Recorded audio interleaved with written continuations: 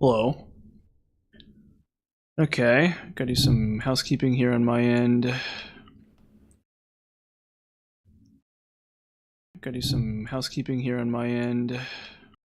Sounds good, okay, that's good. Here we go. Stream's working, okay, that's good. Cool. Awesome. Well, let's get started. Where's my... Boom. Yeah, let's get started. Okay. So I figured it out. I looked it up and I finally figured out how to deal with Iron Keep. And I should do better because I had some I had a snack before I got started, so I should be doing a lot better this time.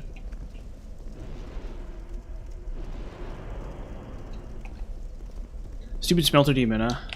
Can you believe that? Stuck in Iron Keep for an hour. Oh.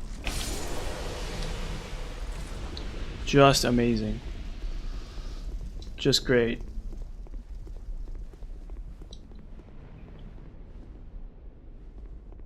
Okay, and the thing is, it's the second half.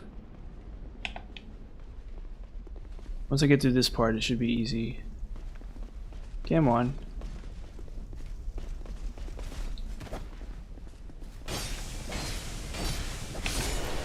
Okay.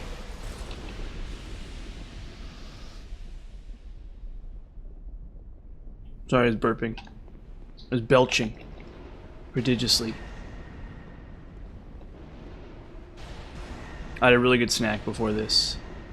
I had some corn chips and some guacamole. So good. Why? Why get in my way? You bastard.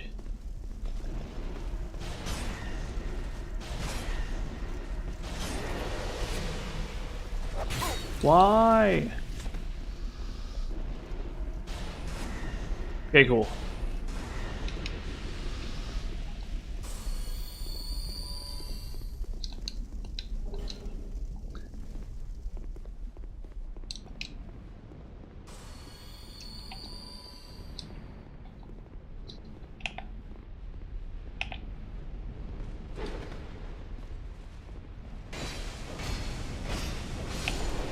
Okay. I do like how they make that Silver Knight noise. That is really cool. Okay. What up, brother?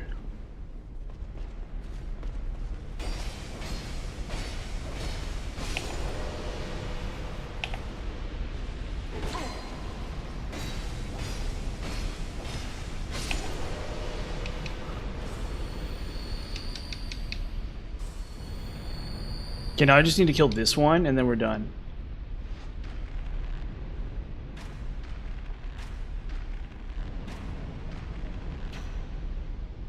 There we go. Okay, now... Where is it? Boom. Oh, no. Did they move it? Or do I just not understand what I'm doing? How am I supposed to make that jump?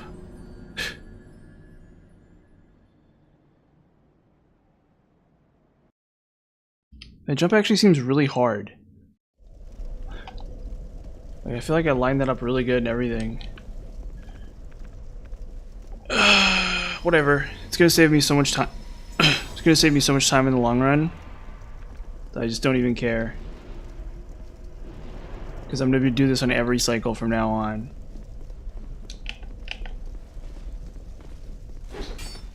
It's actually really warm today where I live.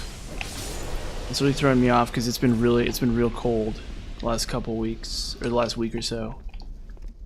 So I'm not sure what's going on. I should have gone for a run today, but I hurt my foot. I hurt my foot earlier this week, or like last week or something.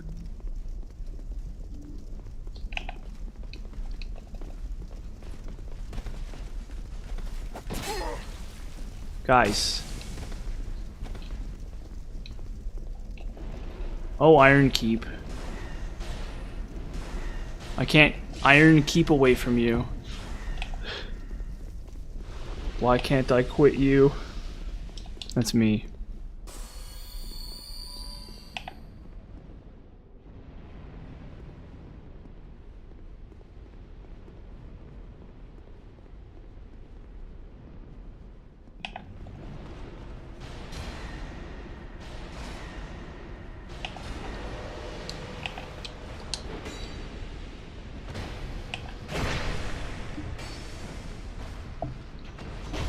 Iron, keep dreaming.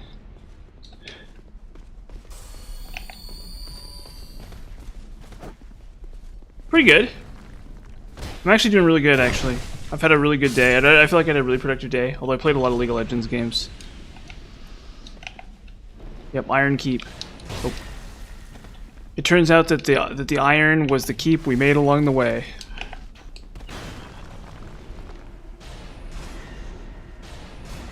Yeah, it's like harder than the Frozen Outskirts, weirdly. Like I cleaned out the Frozen Outskirts in like 30 minutes. Like I think last stream. And then I took like it took me like an hour to do Iron Keep.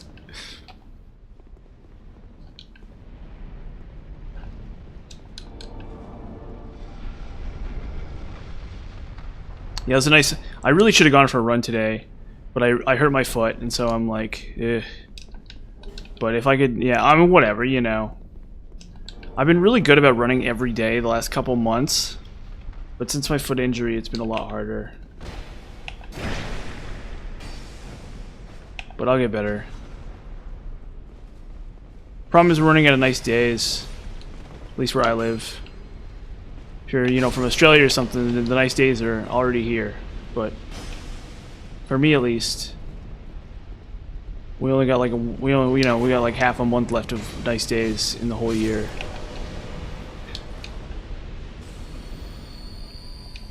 Oh, I guess I'll come back in, you know, 8 months or whatever. But that's neither here nor there.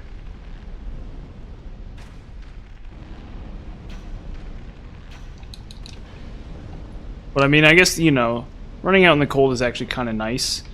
The trick is actually getting outside and doing it. You know, because you're sitting there indoors and you're cold. You're like kind of cold.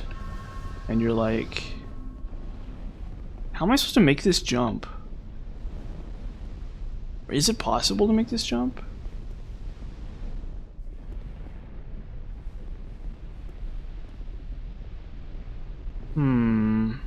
It must be, right? That's such a long distance.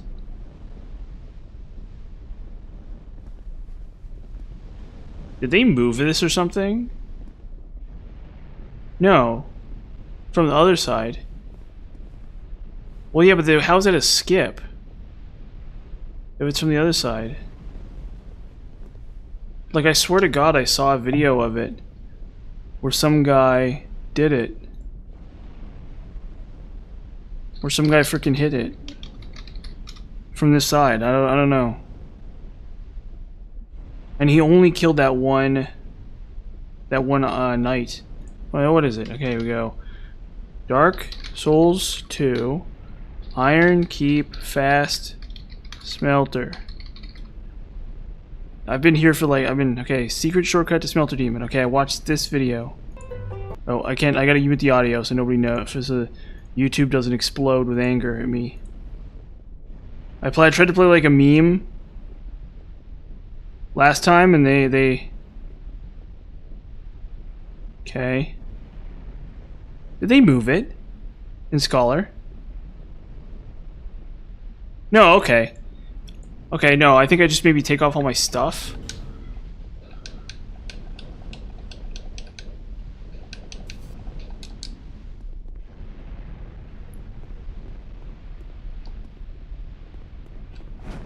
There we go. I did it. I freaking did it. Look at that. Swag. Now I just gotta put on all my stuff.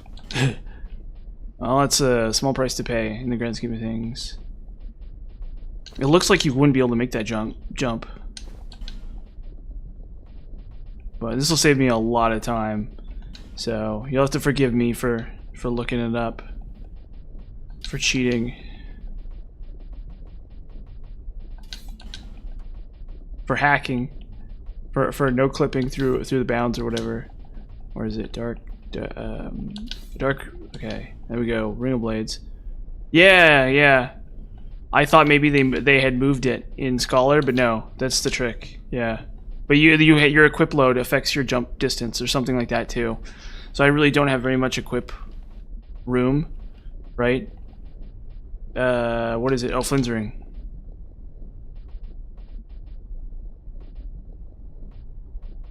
I didn't know about it. Well, I did know about it, but I didn't think it was that big of a skip.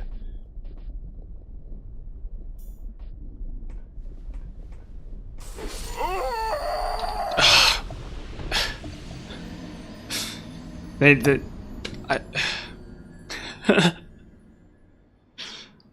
you go. Yep, I was. Yeah, they know. They know exactly. They knew. They saw that coming. I wish I had. I wish I had known that was what was going to happen. Yeah, and it's a red phantom, so you know. They added it after the fact.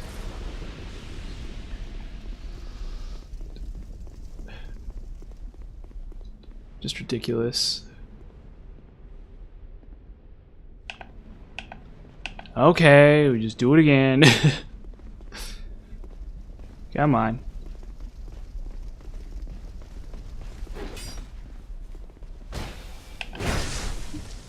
Yes, I don't know if you were here for for one of the other streams, but this area is supposed to be Shrine of Storms from Dark Souls, from Demon Souls. So that's why it's so goofy and awful. It's literally supposed to be the Shrine of Storms, which is like a really goofy and awful place in Demon Souls.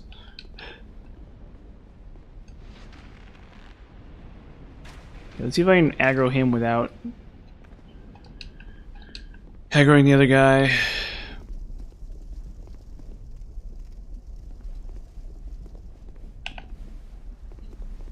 Come on.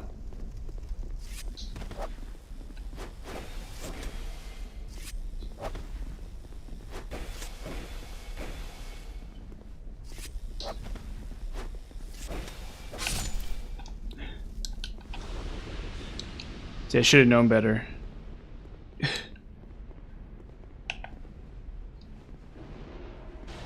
mean, it's kind of inspired. I'm actually pretty impressed that they've tried so hard to make this as difficult as they can. I don't even know how I got through it, because this is the third run. So somehow I got through this whole run, or I got through this whole place on New Game Plus the first time around. So this is the third time I've had to do Iron Keep, and I don't know why I'm struggling all of a sudden. Didn't even kill. Whatever. I guess it's like a PvP thing? I don't know. Okay, oh, we should get one more.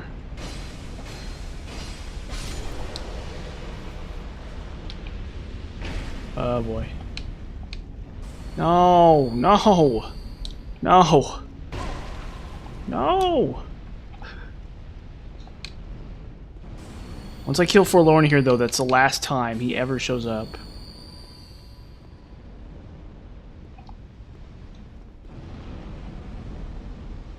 Yeah, so it's like really tough because I've had my heater on the last couple days, just like a little tiny bit, and now it's like too hot. It's like crazy. Honestly, I should probably just wear a sweater.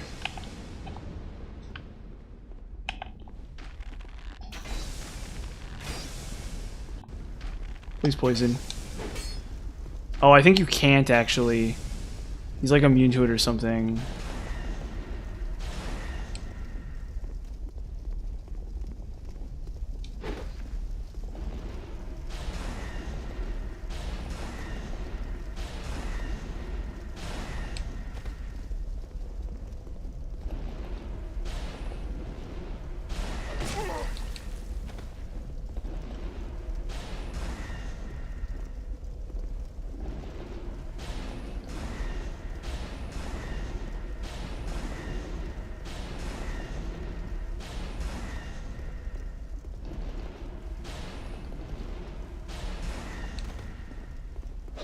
Oh boy. Come on. Don't kill me. I have so much to live for.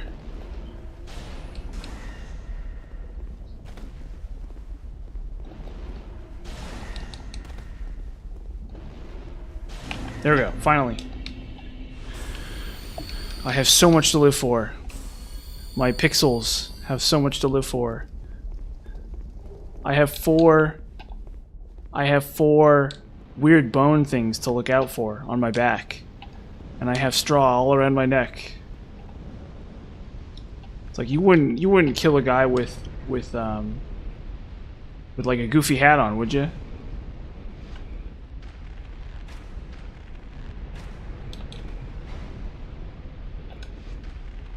Uh-oh.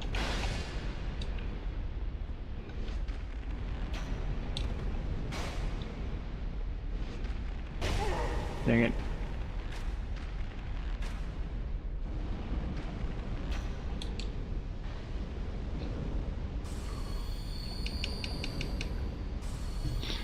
Look at my weird like outfit and how weird it looks. You wouldn't hit a guy in a weird outfit, would you?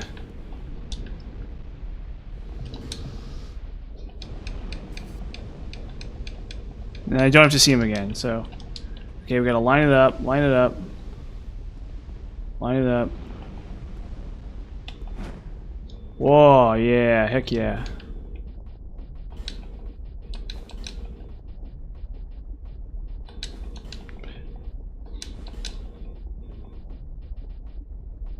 Okay, where is it? Tildora.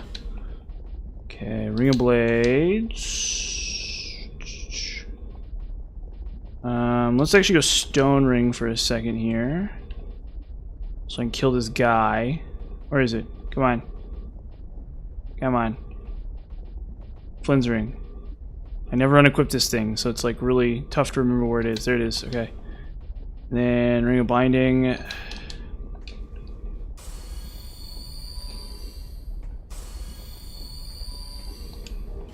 Oh, I still need all of the stupid weapons and armor equipped. Pyromancy Flame. Dark Sunset Staff. Bell. And where is it? Dark Ice Rapier. Bow and Arrow. What a pain. That's such a pain. Oh. Can't buff the bow. Okay, now because I have Stone Ring equipped, I should be able to stagger him to death. Well, I would be able to... Come on. There you go. Okay, cool. Now, I go... Old Leo Ring. Here. Grab my souls. Okay, now same principle here. So I poke my head up. I drop it. Oh, come on, please. And they should drop down and get stuck somehow.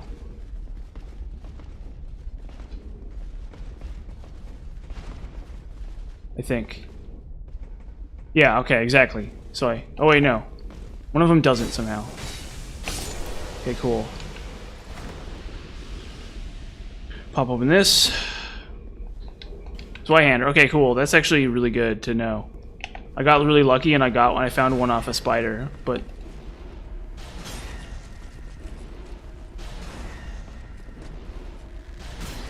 And the cheese does become the cheeser. As you can see.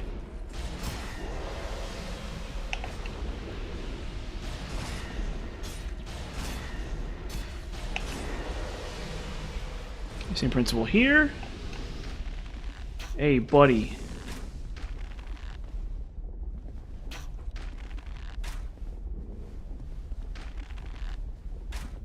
Ah, man.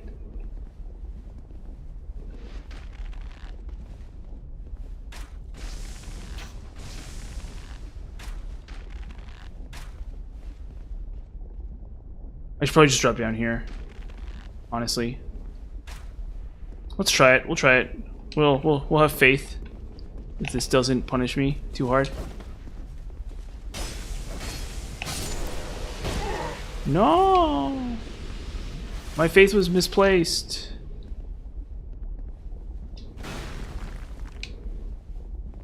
Okay, we have to poison him here.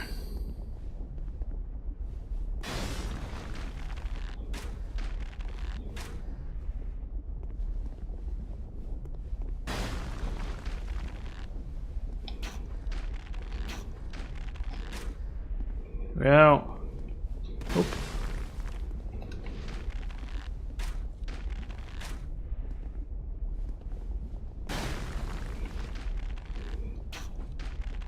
Okay. Okay. Oh, okay, sweet. Yeah. Well, I mean, it's Dark Souls, typical. Typical Dark Souls. Death and taxes. Homing arrows somehow, yeah. What magic, what sorcery is this?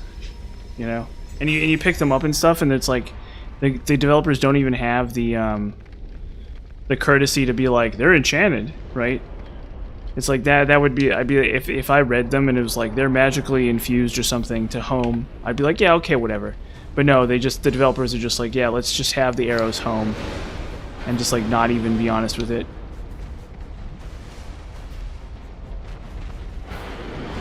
And I still have to deal with Smelter Demon.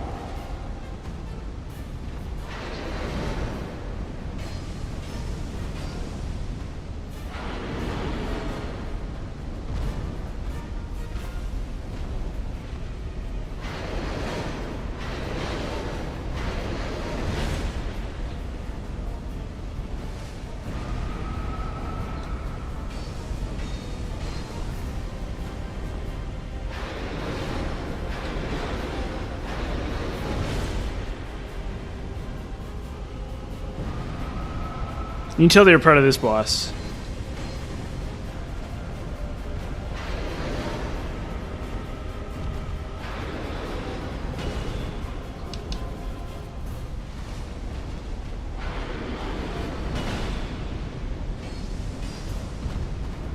No!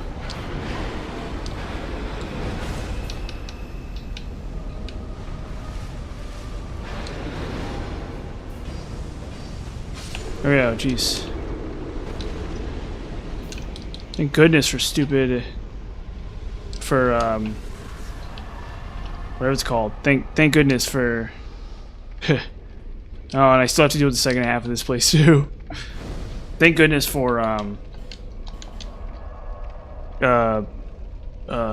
denial. Yeah, me, I live in denial. See, it's pretty clever. Like a Dark Souls themed like advertisement for like a clothing company or something. And it's like me, and it's like you have like who's the guy who's Deadpool? I can't remember what his name is. You have him. As Ryan? His name Ryan? I don't know. Hey, who cares? You have Ryan Gosling. Who cares? I don't even care. You have Ryan Gosling, and he's like, me? I live in denial.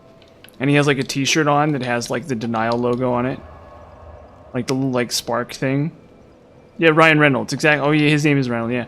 You have Ryan Reynolds, or maybe like Ryan Gosling. It literally does not matter. It could be literally anybody. Hollywood. And he's like, yeah, me? I live in denial. And he has like a jacket on it, but it has the dumb symbol. The denial symbol. And there's like a Sunlight Blade t-shirt too. Or like pants. No, the pants with Sunlight Blade on them. Like the Sunlight Blade logo on the pants. like right on your butt or something. Like those those women like those suits for women where the word is on the butt, but it's like Sunlight Blade. It's like me, I live in denial. And then and yeah.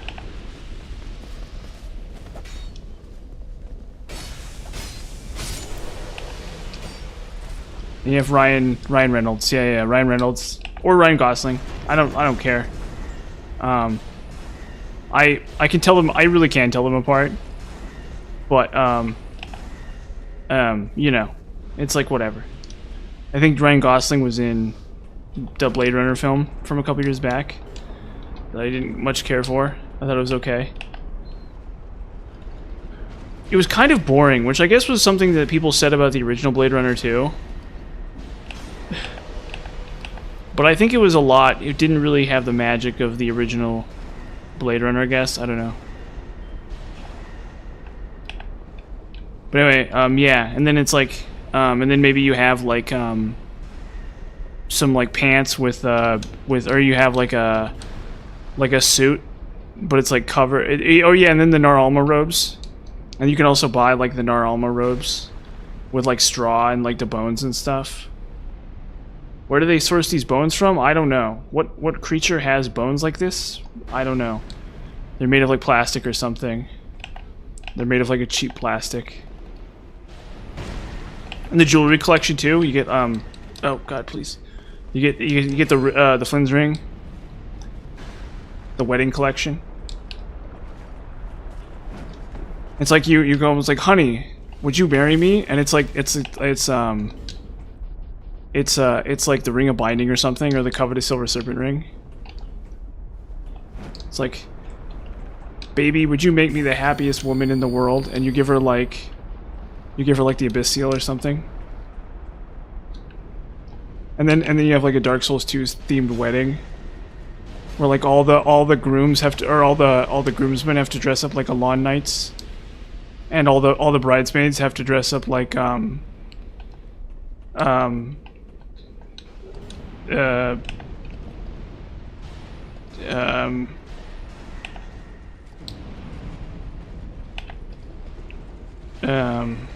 maybe they just wear normal clothes, I don't know.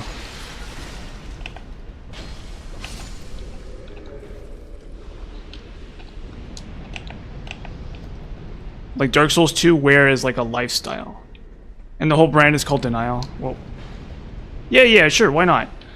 I feel like the problem with that is I feel like a lot of bridesmaids aren't gonna be keen on that. I could be wrong. Maybe I don't know what I'm talking about.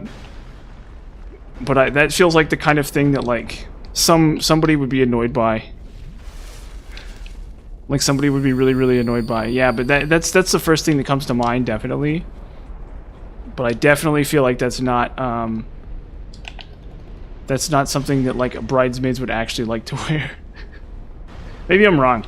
Maybe bridesmaids would love to wear that. And then for the cake, you have an Aldia cake. You have a delicious. Why is this? What I understand is this is supposed to be like a casual wear brand, like a haute couture, like masculine. Yeah, black. Yeah, why not? Yeah, Black Witch set. That's a little more bridesmaid energy, I think. I think you're right. That's actually really good. That's a really good catch, though.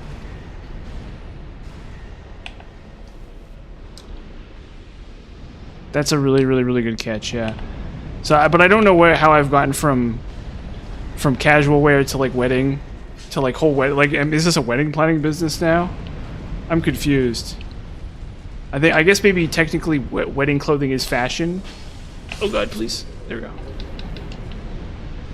But I'm not sure why exactly like wedding apparel is suddenly the focus of the clothing company. And licensing this is going to be really awful. But yeah, I mean, definitely. You can imagine Kanye West wearing this like wearing the Nar Alma robes.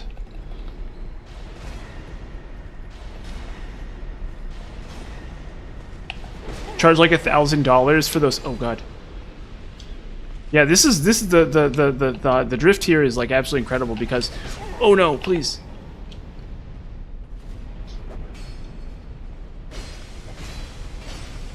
Because that first I'm trying to be like Calvin Klein, which is like clothes for like literally every person ever, right?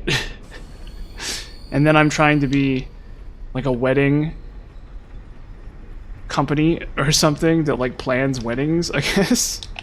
Like wedding lifestyle company, and then the next thing is like trying to copy Kanye West's clothing brand, like charging absurd amounts for hideous clothing. So maybe there's a lot of like drift there conceptually that makes it kind of like really tricky to justify as like a concept. Maybe honestly, I think maybe a Dark Souls 2 themed car company is a little more in scope. Like the Ford, like the Dark Souls 2 of Ford. Like if you know, like you've heard of Dark Souls 2, well this is like the Dark Souls 2 of the Ford Motor Company.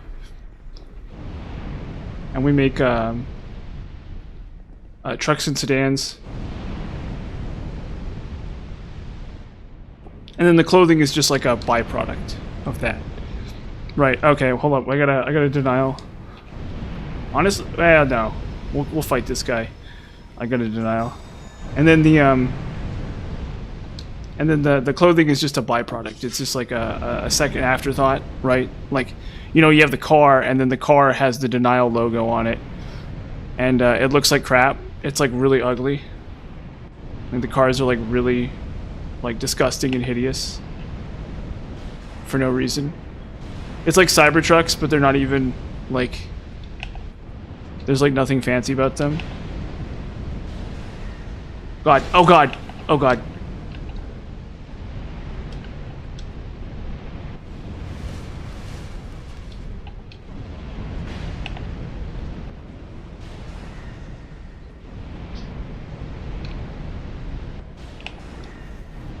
Yeah, and maybe you could have a line of like baby carrier, like car seats, like baby car seats, and yeah, and like baby car seats and like housewares, you know, like pots and pans. You know, we get like a celebrity chef, and he's like, "Yeah, I'm cooking with denial," and it's like a non-stick pan. He's like flipping an omelet in the non-stick pan. He's like, me, when I cook, I'm in denial. And then he's like wearing the t-shirt that has denial on it. It's like, when you drive with us, or yeah, and then the car commercial is like, you know, it's like some guy driving like a ridiculously overpriced car, like a $60,000 like piece of crap, and he's like, when you drive with us, and it's like an average person car commercial, you know, how there's like the fancy car commercials, and then there's like the average person car commercials or whatever. Like the car commercial where it's like a guy in a truck, and it's like, when you drive with us, you're driving with denial. And he's in like a big fancy truck. Hemi engine, V8. Or it's like, Hemi engine, V8. The new word in heavy duty truck. Denial. And then it's the denial logo from Dark Souls 2. Which I'm sure getting the rights for will be really easy.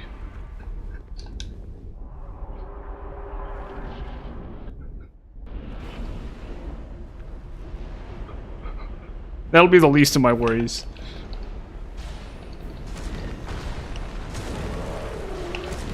Yeah, I honestly feel like if you had a Dark Souls 2 themed wedding and you expected all the bridesmaids to dress like Desert Sorceress, like somebody would complain, like somebody's mom would complain. Somebody's mom would be like, eh.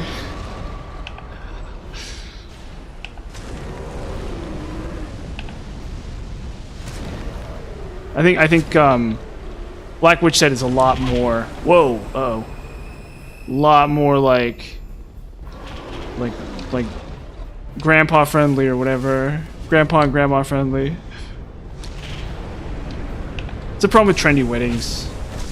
Like my Minecraft Binding of Isaac themed wedding. We're all naked. It's like yeah, you get the idea.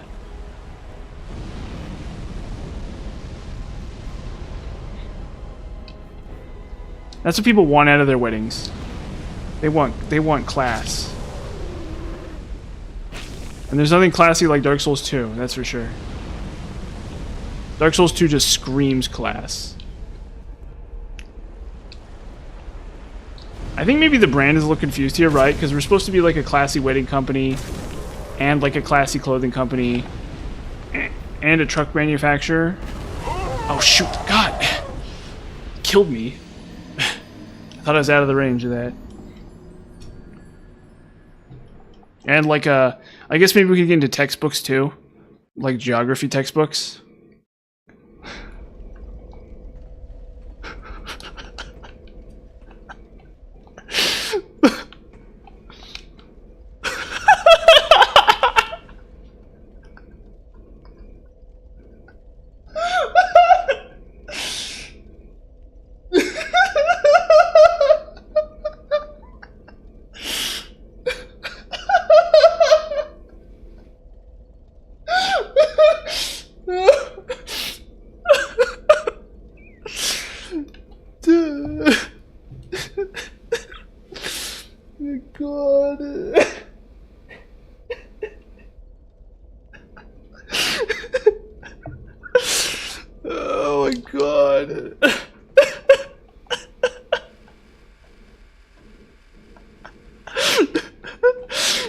Seventh grade.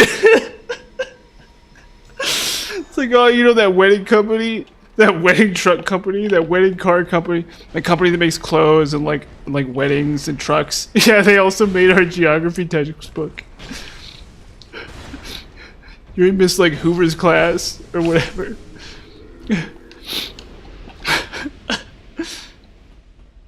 It's like, ah, somebody in middle school. Shoot.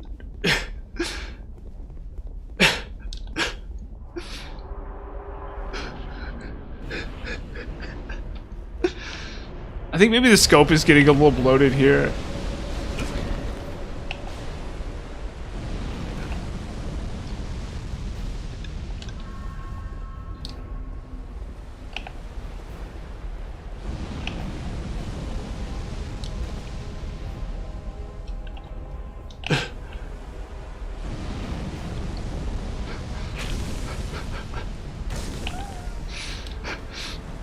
It's like a geography textbook that has like, and it's like Crestfallen Sultan or something is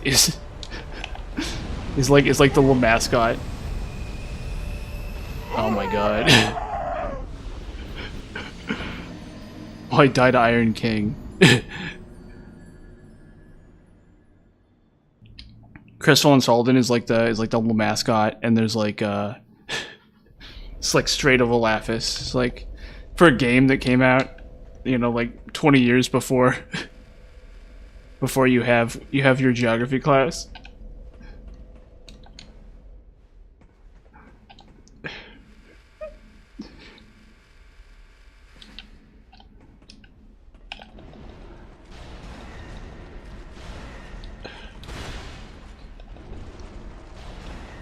Have like a mobile game, like a Dark Souls 2 mobile game.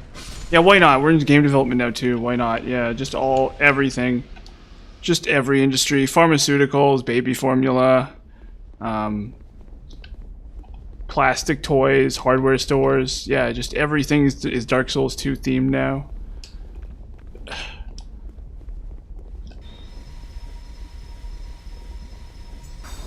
It's like you go to the hardware store and you're like, yeah, I need a hammer.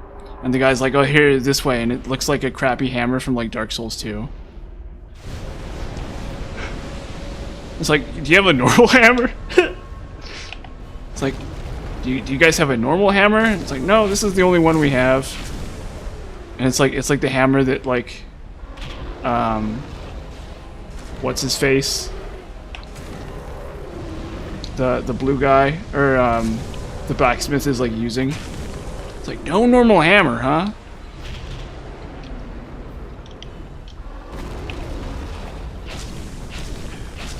You're like, you got a lawnmower? And it looks like the Iron King. It's like really hideous. It has like big horns on it for no reason. Costs like $1,000. Like a bunch of like fake like lava cracks. You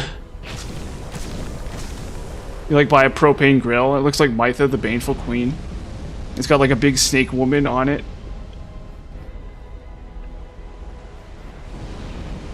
There's like a big like sticks. There's like a big spear sticking out of it. It's like, so you don't have any normal grills? It's like, nope, this is the only one. The only game in town. Get into the electric industry. Into like power generation. Or no, could become an oil company. That's actually it. That's the thing. And so it's like, here at Denial, we love protecting the environment. Oh god. We give 110%. We're constantly looking up new renewable energy sources. Oh my god, the hippie.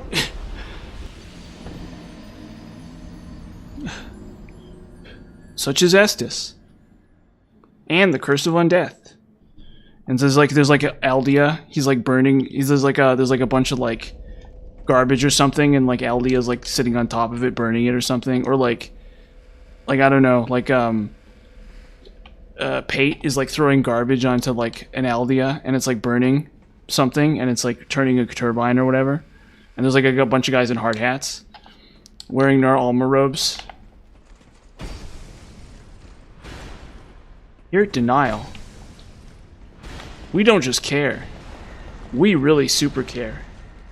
We're number one at caring. Oh god. We only care. There's like footage of me stabbing, of like my character stabbing an ironclad or something. It's like just completely like has nothing to do with the subject matter, but it's just footage of somebody playing Dark Souls 2. And that's what all television shows are like now, where it's like you're watching like Succession or something, and it's like, Shiv, who's gonna take over the company? And then and she's like wearing this Desert Sorcerer's outfit, and then I think Sarah Snook would probably not be keen on that. I actually think Sarah Snook would really not put up with that, actually. That's what I'm talking about. Where it's like, I really don't think... Well, I guess there's like a bikini scene or something, but there'd have to be a reason. Well, I guess it's all Dark Souls 2 themed, so that's the reason.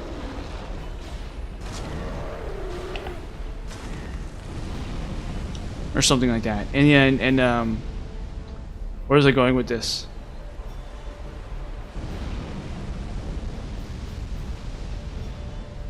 Yeah, and so you're watching TV, and then randomly there's just like footage of like Roman Roy playing Dark Souls 2.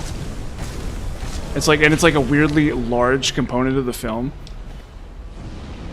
Like you're watching it and you're like, it's like a weirdly large component. Like you're like watching it and there's just like a several minute break, a several minute sequence of Roman Roy playing Dark Souls 2 for no reason, just injected into the TV show or whatever. And it's like they're like forced to talk about Dark Souls 2 like a minimum amount during the television program. It's like,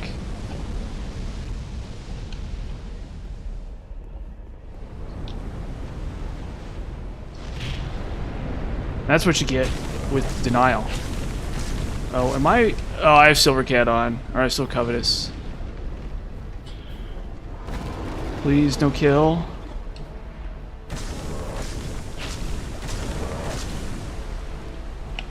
Tanky.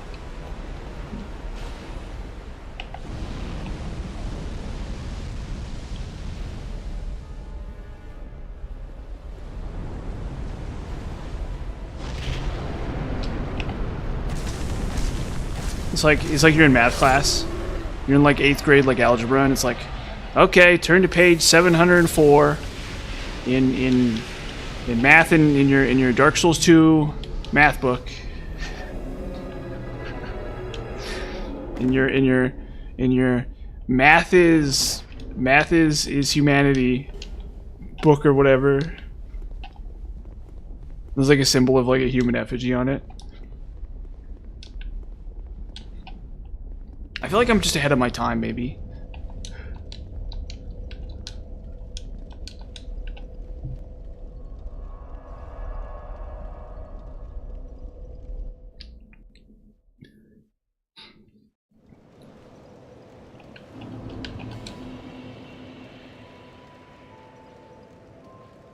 Okay, that's too many souls. I only need like... Ugh. Oh my god. Ugh. I'm like exhausted now. Like tears in my eyes. And we put more points into ADP. Yeah, oh, it's like an insurance company or like a mutual fund or something. Like an insurance, yeah, the Dark Souls 2 themed insurance company / mutual fund. And it's like, make the sure choice. Or wait, no, how do we do this? At Denial Mutual Fund, we work with adaptability, and it shows like a clip of like some guy's adaptability at 99, of like my adaptability at like 88 or something. Because when you're adaptable, you know you're playing with Denial. Denial Mutual Fund. Is your future adaptable? And it's like a bunch of footage of Dark Souls 2 is the commercial. There's like a family hugging, and it's like a family hugging. It's like families like hugging and like moms like making breakfast or some crap, you know, or like a guy driving a car, and then it's like interjected with like footage of like random parts of Dark Souls 2. And like people getting stabbed or people getting backstabbed and stuff. Just random footage of Dark Souls 2 just interjected directly in for no reason.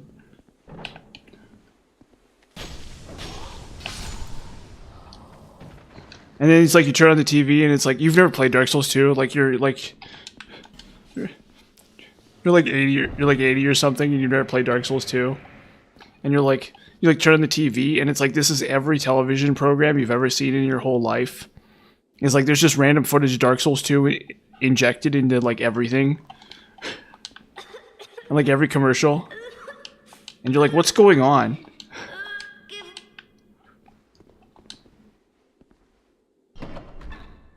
And so you send a letter to this denial company. You're like, this denial company is, we're going to figure out, we're going to get to the bottom of this. And you're like, you send a letter to this denial company. It's like, why, what is Dark Souls 2, bro? Like, you're like an old guy. You're like 80 or something. You're like, bruh, what's Dark Souls 2? Like, that's translated into like Zoomer lingo, I guess. Or Boomer lingo, I don't know. Whatever the heck. Like, I don't know how an old person would say, bruh, what the heck? Or whatever. Like, I'm sure there's a way. They'd be like, what's going on with all this Dark Souls 2 stuff? I've never played this Dark Souls 2. And then the email back is like, we're gonna give you classes to learn how to dodge roll in real life.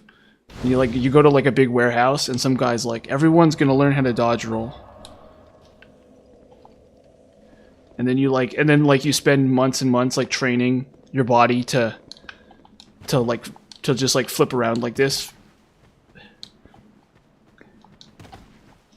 It's like, and then the sensei's like, it's like an Asian sensei. He's like, to learn how to dodge roll, a master of dodge roll can pass even through solid objects. It requires only force of will.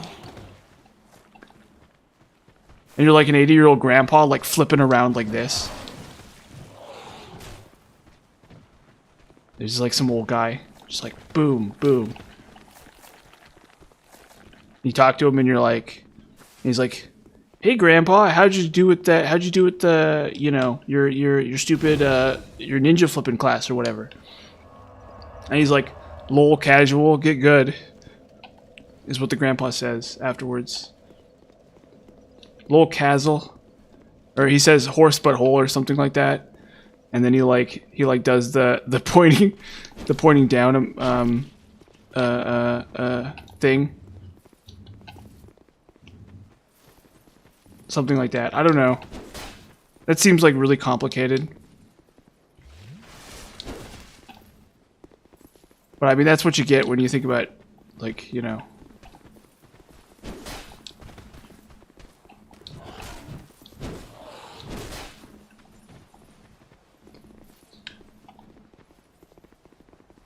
And then, like, you see him later, and he, like, there's, like, a bus coming from him. It's like, Grandpa, get down, get out of the way. Oh, I'm in the wrong spot. I'm in the wrong place. I forgot.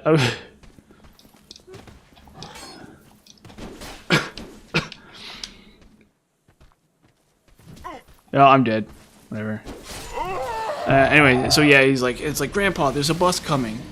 You're gonna be crushed to death. And he like dodge rolls right out of the way of the bus. Of like, you know, like the truck without brakes or whatever.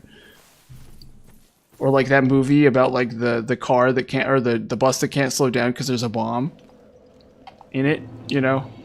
I don't know if you ever heard of that one. There's like a movie. There's like a famous movie about like a bus that just like can't slow down, and if it tries, it explodes. And the premise of that would be like that, but like in real life. And then there's like a grandpa in the way, and then the grandpa dodge rolls out of the way. I'm not really sure how Dark Souls 2 has anything to do with that, with like the bus hijackers or whatever, right?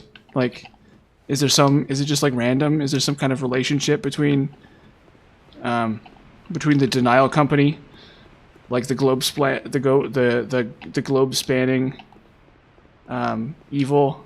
No, sorry, all the streams are early now. Yeah, I'm sorry. Because I've been waking up at like a reasonable time.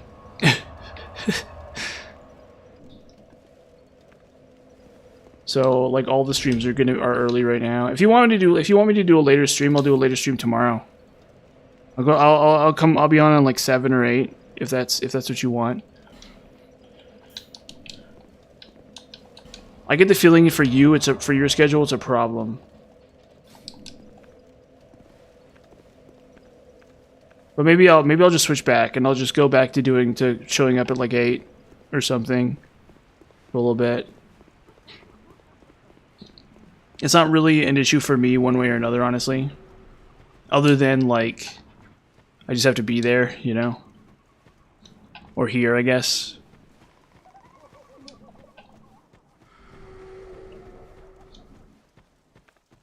Oh, okay, really? Well, that's good to hear. Okay. So if this time is better for you, I'll just do it this time. No big deal.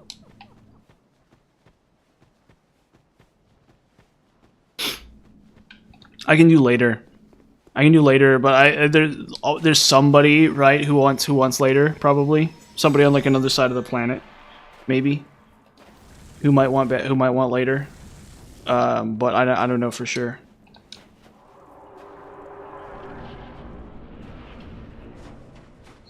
Obviously, I really wish I could be streaming, you know, for everybody all the time, right?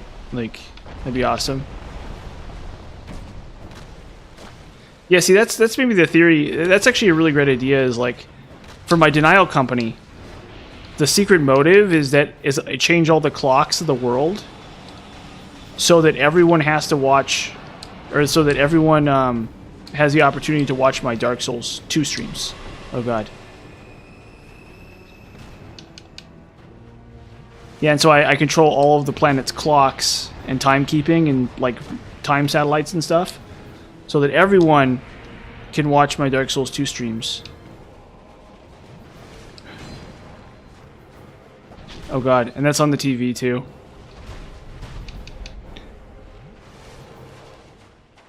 So it's like there's like a channel on every computer that's like my Dark Souls 2 stream.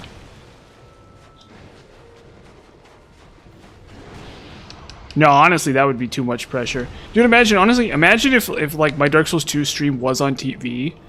Like there was just a channel dedicated to my Dark Souls 2 stream, or it was like on some network. Like somebody would watch it out of sheer curiosity or boredom. Somebody would like literally turn on the television and be like, "Oh, what's on?" "Oh, it's some random stuff." "Okay." And they'd be like, they're like drinking or something, like drunk or like, oh god. Or like just like sleepy or something. And it's just like on, and like how it would probably like, oh my god, that killed me. And I'd probably make like a ton of money because it was just like on TV. There'd be like 20 people watching it. It probably cost more to actually broadcast the stream than it made money. But it's weird thinking about that, like, if it were on TV, you'd have people watching it for literally no reason. Probably. If, like, yeah. Even just my stream.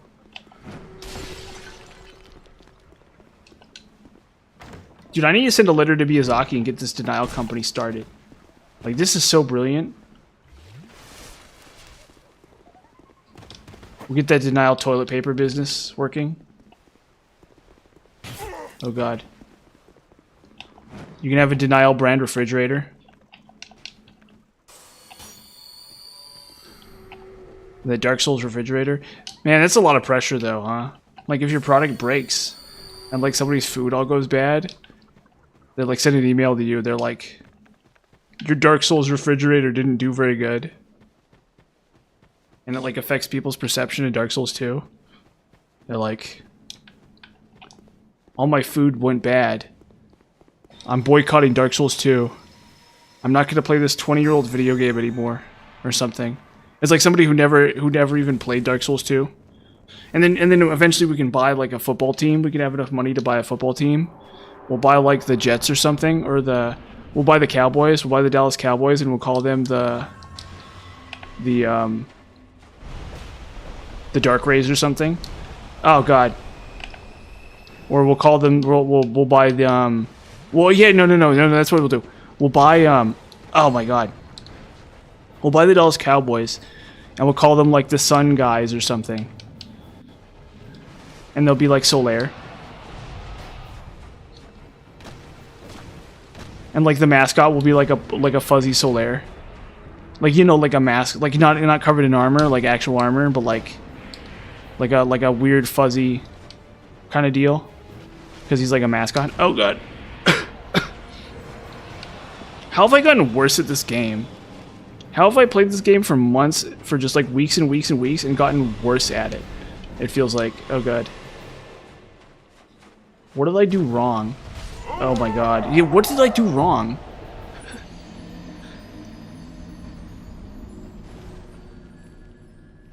How have I gotten worse?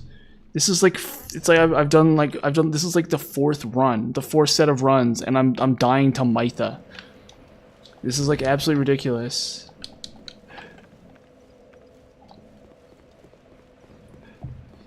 It's like I don't know how I've gotten worse. There's like, and then like every town there's like a statue of Mytha or something. There's like a Dark Souls boss. There's like a Dark Souls 2 boss in the center of town. Like every town. There's like Dark Lurker or something. And it's like brought to you by Denial or something. It's like, and this is a statue courtesy of the Denial Foundation. And it's like a statue of like Dark Lurker. And like grandpa like has to see that crap every day.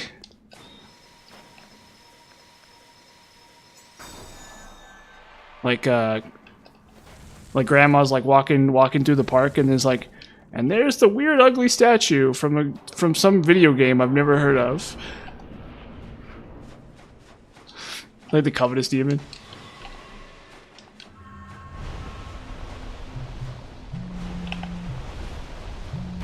There's like a statue in front of every bank. See, I don't know, maybe that's a thing. I don't know if that's a thing in other states, but in this state there's like a bank type.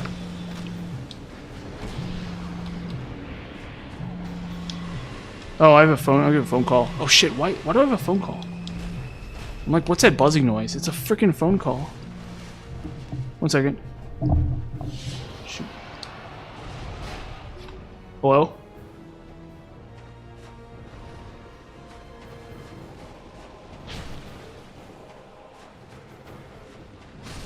Shoot. I was actually expecting a phone call too. Like earlier. Well, where's the phone call? 290? Come on. Sorry. Oh no, it's just probably a spam call. It's actually probably a spam call. Wait, no, 286? 296. What the heck? Okay, I have a voicemail. Honestly, I should put this off till later. Let's go 1. Hold up. What? Maybe I'll just do this later. I'm sorry. I'm sorry, everyone. I should just, like, Let it went to voicemail. I should just like do it later. That's weird though. I'm like I didn't expect that. Sorry. That was like weird.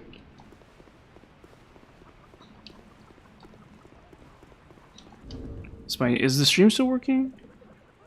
Why does it seem like it's not working? Okay, cool. Whatever. There's just like a weird delay on the stream right now, I guess. Okay. Anyway, but yeah. So it's like, you know, and then like you go to like, you know, you leave to high school. Like you go to school. It's like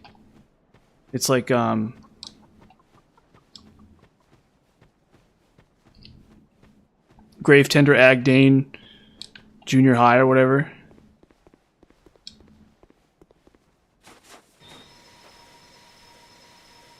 Straight of Olathis Middle.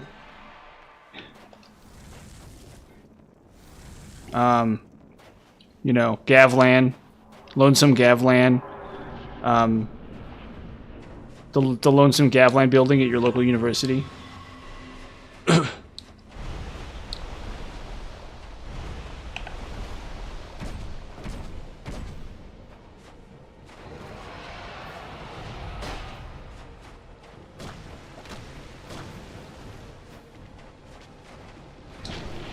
How have I gotten worse at this game?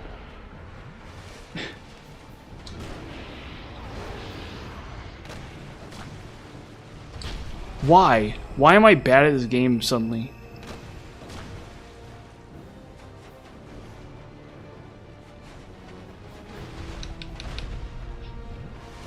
So this boss is supposed to be super easy.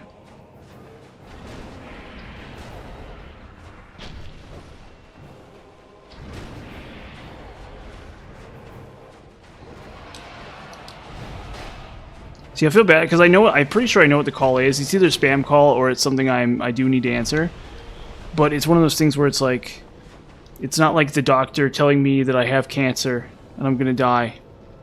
You know, it's not like it's not like I'm gonna answer the phone. It's like you have stage 4 cancer. It's not that important. It's not like actually, or the I'm not expecting like a call from the lottery commission telling me I'm gonna win $1 billion.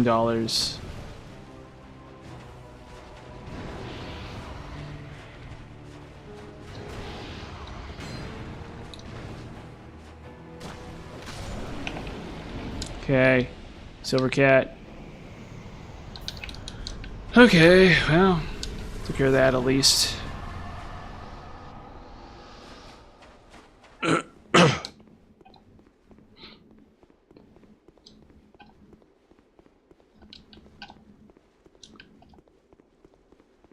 Yeah, we have like a Goodyear blimp, but it's a blimp in the shape of like, I don't know. What's it in the shape of? One of these guys, I guess? I don't know. It's in the shape of the... Yeah, it's in the shape of the next boss. Okay, wait, I got a text. Okay, cool. Oh, wait. Oh, maybe I should... Yeah, I'll take it. I'll do it tomorrow. Oh, wait, no, here it is. Well, I'll text. I will send this text, because I just got a text. So I'm going to send one back. It's for an apartment I'm looking at.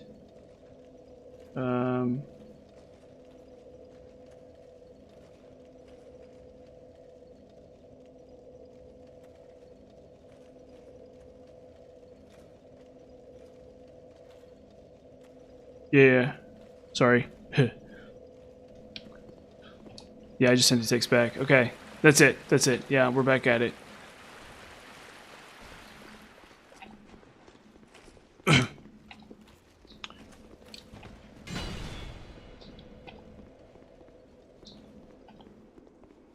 Honestly, I probably shouldn't move. Well, I technically can't. Because I still have a lease. And honestly, this place has actually been pretty decent. Wait, oh, I need to kill the boss. I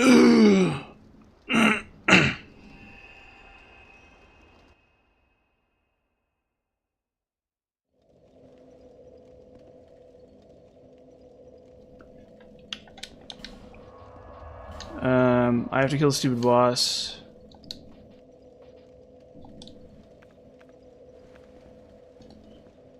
I hate this boss. It's actually not that bad.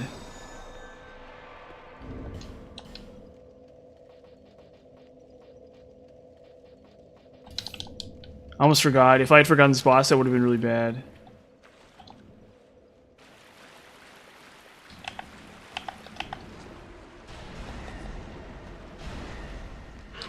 Oh.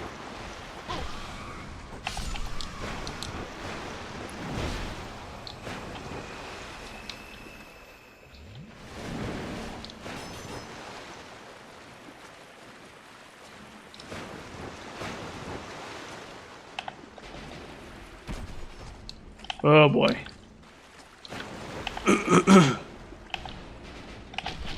Okay, I'm gonna try it again. I just try it again.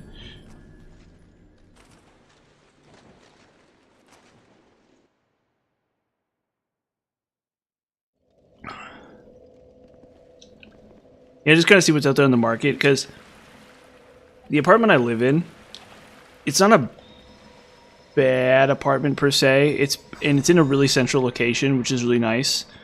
But it's the kind of apartment that strikes me as being like a ripoff for students, right? So I'm like really close to a train station that goes straight to the university near my house, or like up the hill like a mile-ish, you know.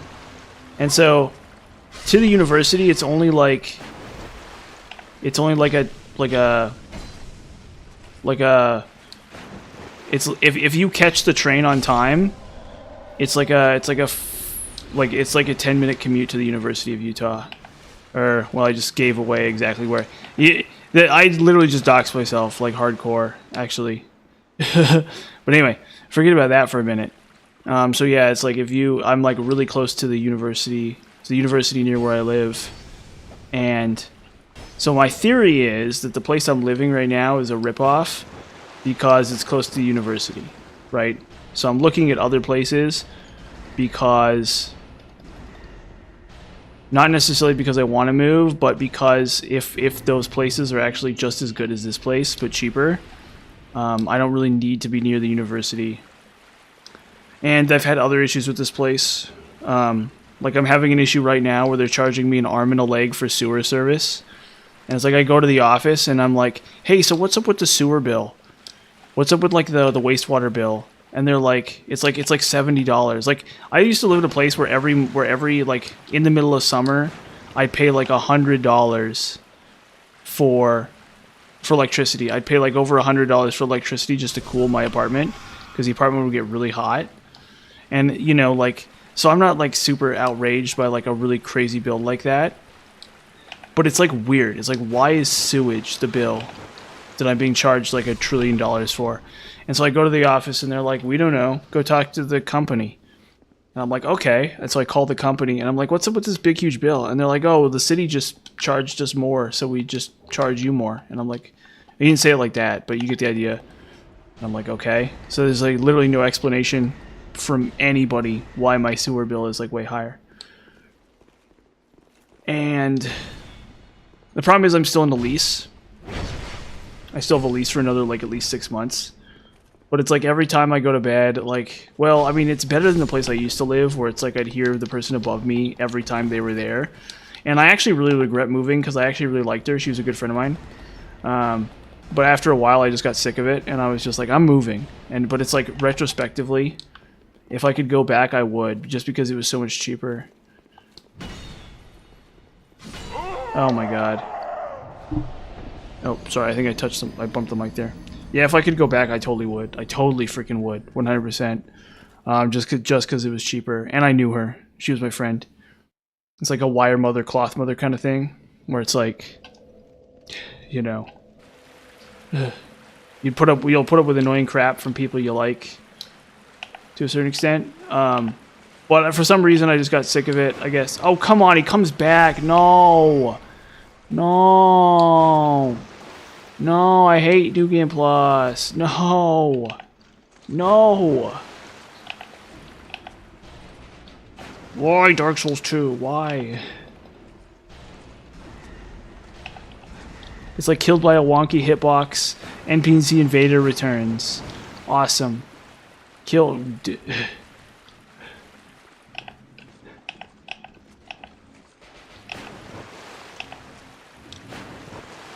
Yeah, so anyway. I feel like stream delay is really crazy right now. Anyway, what was I saying? Oh yeah, so if I could go back and live with her, I totally would. But I'd have to. But walking everywhere is like a huge pain.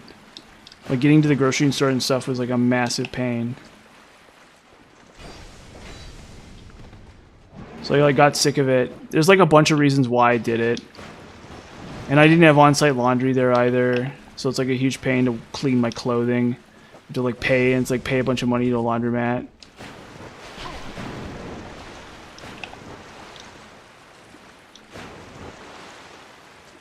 I mean, I should really like not complain because I can stream here. You know what I mean? Like there's a lot of apartments where streaming is like a huge hassle. Because they're just like neighbors and stuff.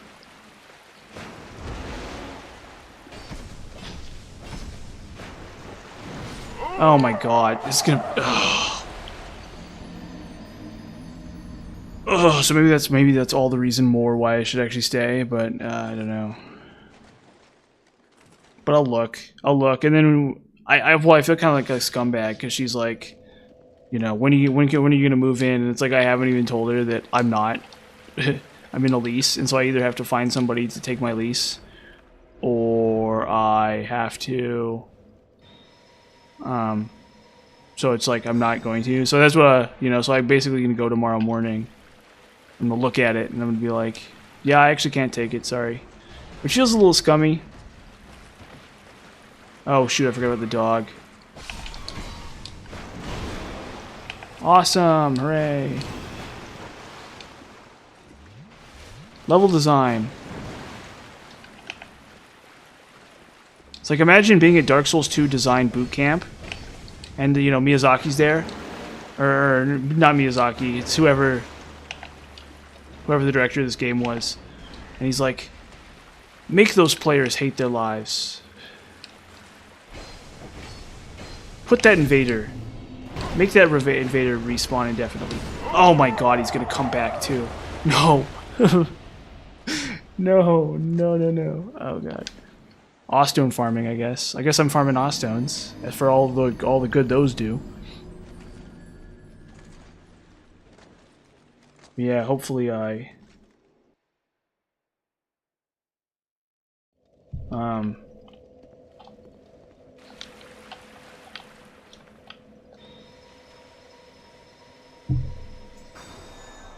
I gotta be there like 10:30 a.m.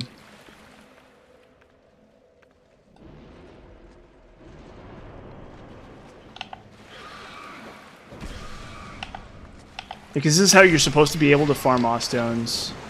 I'm not sure if it's if I'm being invaded because of Covenant Champions or if it's just the I should just run past the elephant. Well, there's dogs. There's dogs past the elephant.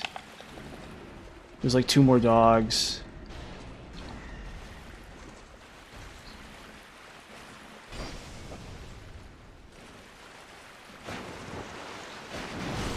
Oh my god.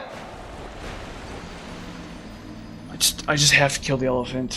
I just have to kill the elephant really fast. Yeah, but there's a grocery store up there too. Up the hill where I'm looking at. But the apartment's like suspiciously cheap too. It's like but that's the problem is like unless the apartment is like, you know, I'm not really saving that much money if it's like not super cheap more. So but the apartment's cheap enough that it's kind of suspicious a little tiny bit. Oh. Yeah.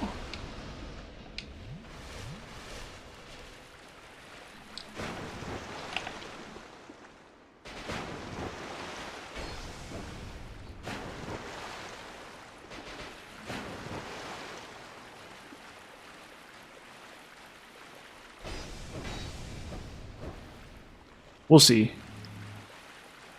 It might be where it is just because it's in a. It might be cheap just because it's in a bad spot, or because capitalistic price rules don't necessarily follow. It's not like everything is perfectly priced all the time, right? Like there's like degrees of like variance within like the mechanism of capitalism, right? Like there are rules to governing, like there are theoretical rules governing how cheap or expensive something can be according to the economic principle or the capitalist principle. But by the same token, that doesn't mean that everything is accurately priced all the time, right? Like some stuff is like a ripoff or being sold for way less than it probably should be, right? But it seems kind of hard to believe that, you know, a big company is going to undersell me on a property, right? Is going to undersell something. But maybe I just don't understand how big a ripoff my apartment is, right? Like that's the thing, is that my apartment, right? I don't fully understand how big the value of the fact that it's next to that train station is, right? So like for me, that's not really an advantage because I don't really use the train.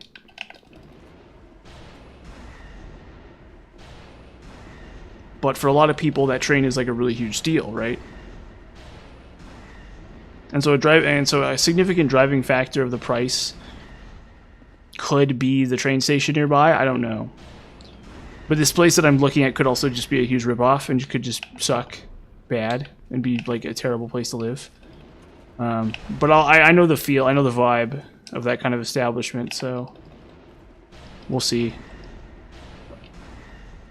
Despite the rock bottom price, they still have 2 vacancies in like the building. So that's kind of weird.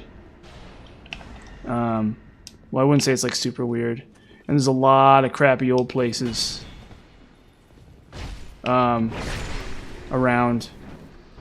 They're like low price because they're crappy old places. That's the place I used to live. And like I said, of course, then again, like I said, I'd go back if I could. Oh wait, we can just run to the boss now. Maybe I shouldn't say that. Maybe because I can't go back. So it's like, what's the point of even saying that I would if I could? I mean, I don't know. It's not gonna kill me to admit that I miss, you know, the woman who lived upstairs. She's really awesome.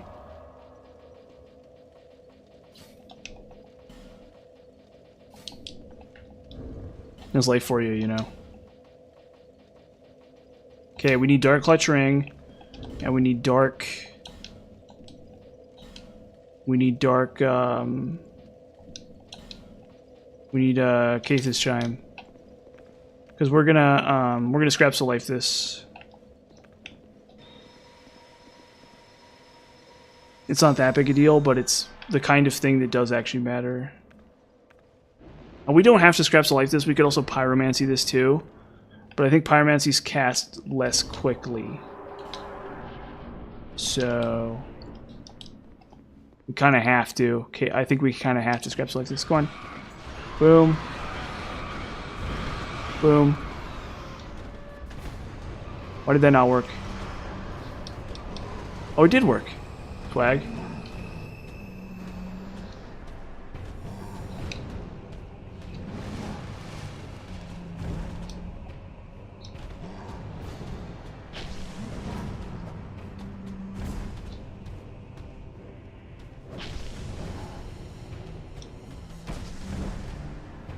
Hold up, Dark Souls 2. Let me pet your doggo. Let me pet your heckin' doggo. Your pupper. He's so cute. What breed is he? Oh, he's half rat.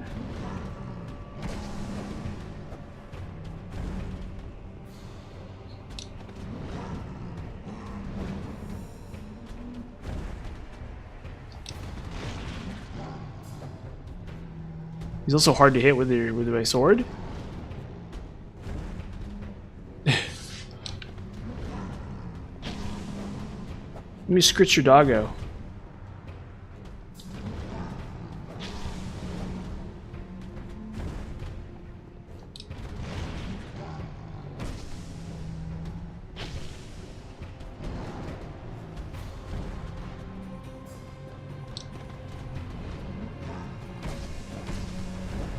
Come on.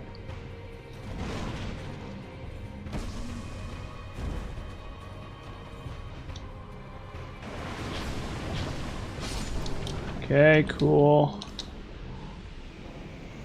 Covetous. Oh. Okay, cool. Well, at least I did that fast. That could have been really slow, but it wasn't. Oh god. I'm going the wrong direction. I don't want to talk to the Rat King. Sorry. I don't feel like talking to the Rat King. Okay, now we go. Yerm's Respite. Now it's everyone's favorite boss. Everybody's favorite boss. Prowling Magus. It's like you want to talk about difficult bosses. Here you go. It's like top 10 most difficult video game bosses. And it's like a list of the 10 most difficult bosses, you know, like Kefka or whatever. You know, Omega from Final Fantasy or whatever. You know. And then it's like number 1, Prowling Magus. It's like not only are there like first off, there's not only are there a lot of them, but also he can heal himself too. Some of the priests can heal him, and he has like a bunch of different powerful magic attacks that he can use against the player. Watch out for this son of a gun, as he destroys He forces you to tear all your hair out. You're ripping out your hair in chunks while you're fighting the Prowling Magus. You're going bald while you're fighting the Prowling Magus. I'm going bald while I'm fighting the Prowling Magus.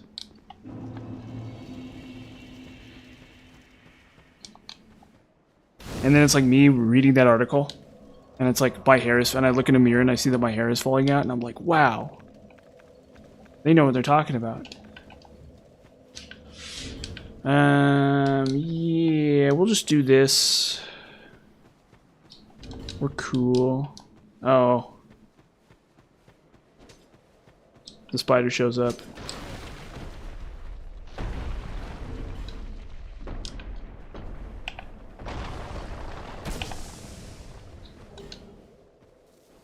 Dude, look at that. Look at that. It's actually really cool. They have so much HP now that the rock doesn't even kill them. Ow.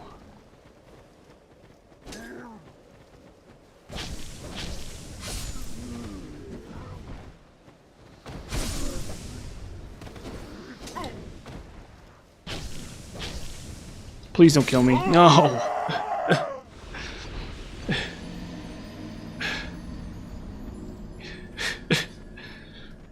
I need more dark orb.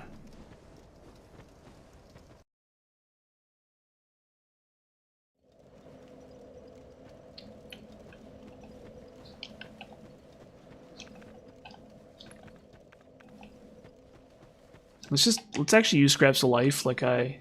Or wait, no, you know what? No. We're not Scraps of Life in this. I've thought this through. I've realized something.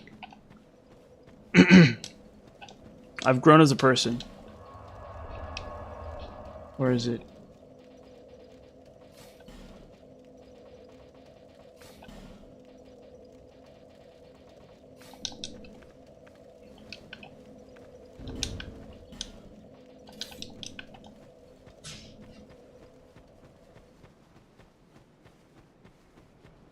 Oh, my neck. From streaming. Get a bit of a kink in my neck. But eventually I'll work it out. Oh, sorry, I think I just cleared my throat straight into the camera. Or straight into the microphone.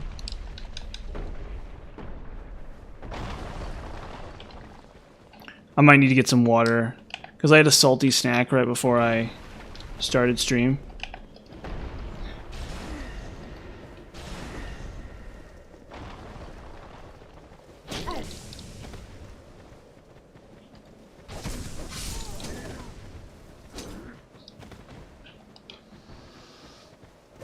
I'd like a bunch of chips and guacamole. And, oh god.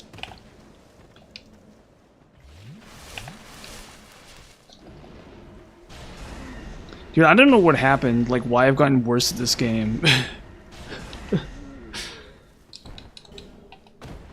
I'll never understand.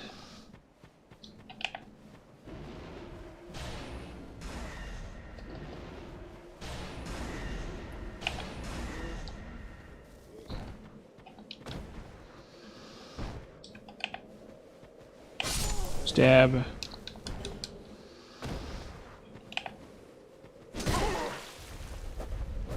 Come on.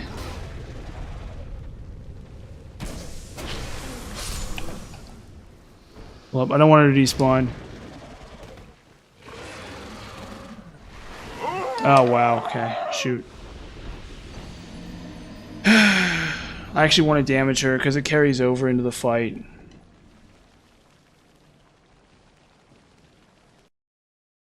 It actually straight up carries over into the fight. So I do actually want to fight her here.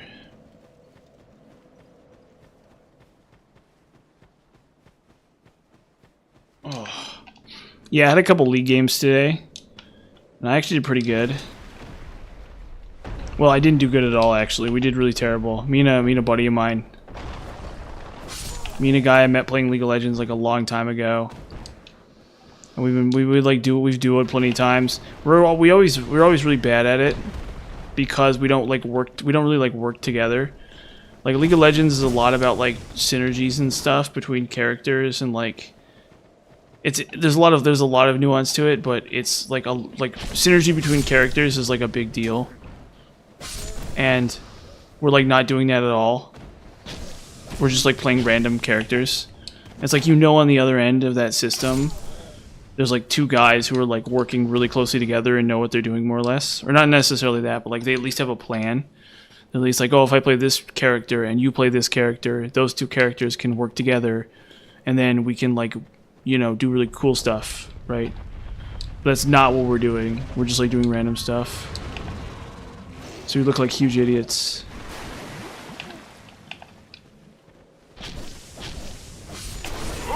Okay, this is...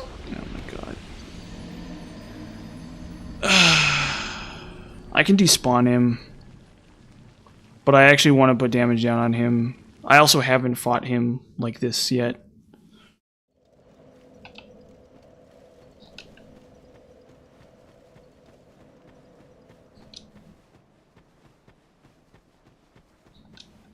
Death counter is way more than 1, brother. Death counter is like 2 billion.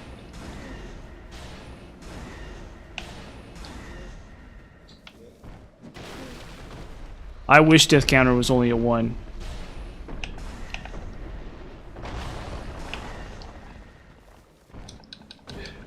They're giving me L's like they're I'm getting L's like there's no tomorrow. I'm like bathing in L's. Yeah. I'm literally like stewing in L's at this game. I'm dying like mad. Okay, yeah, I want to hear it. I want to hear your hot take.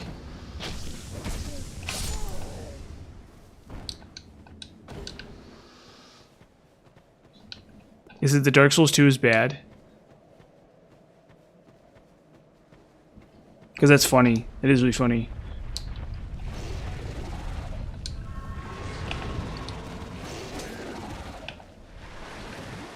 Oh, I forgot about that peasant. Again.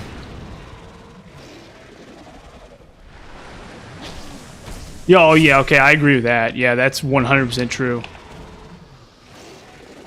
At some point, I'm not even playing Dark Souls 2 anymore. I'm playing The Binding of Isaac or something. Oh.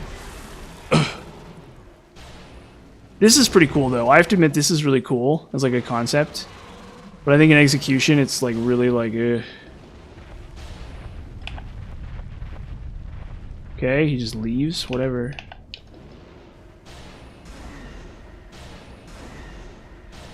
Unfortunately, I do kind of agree with you. The problem is it's been really laborious. It's like for Dark Souls 1, when you go into New Game Plus, in Dark Souls 3 too, it's like New Game Plus takes a really long time in Dark Souls 1. Like, even if you know exactly what you're doing, it's still really, really, really repetitive and like really laborious. And for Dark Souls 3, it's the same deal. Oh, so I think I touched my mic again there, sorry. For Dark Souls 3, it's the same deal, where it's like, it's just like super laborious.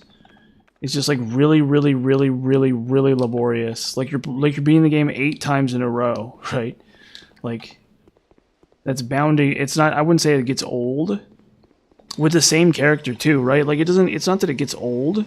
It's that it's just like a really laborious process. It just feels very, very, very laborious. And I think this has felt like 10 times as laborious. This has been like so much more laborious than either of those games.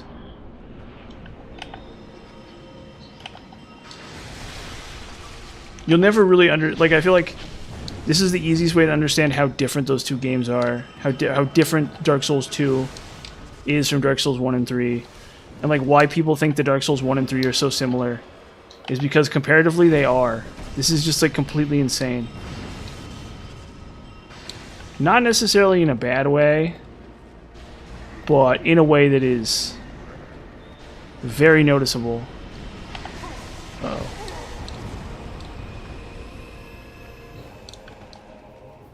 I'm so lucky that denial's in this game. Well, the problem is you can't run past enemies in this game. Like, there's a lot of enemies that are, like, so difficult to run past. Like, there's so many enemies in this game that are just, like, really, really, really hard to run past. Now, for the giant spider, you actually want to fight the giant spider. And the reason why you want to fight the giant spider is because the damage sticks. So when I get to the bottom of this chasm, that damage will be on her. At the bottom. Like, this game's design just does not let you fight, just not let you run past, like, so many enemies. And even if you can, it's, like, really tough to do.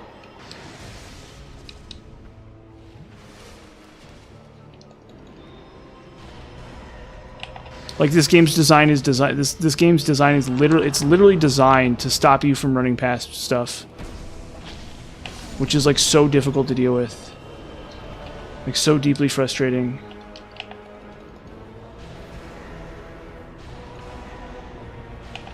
It's like if you're playing DS1, it's like everything can be run past, basically. Yeah, it's, like, so crazy.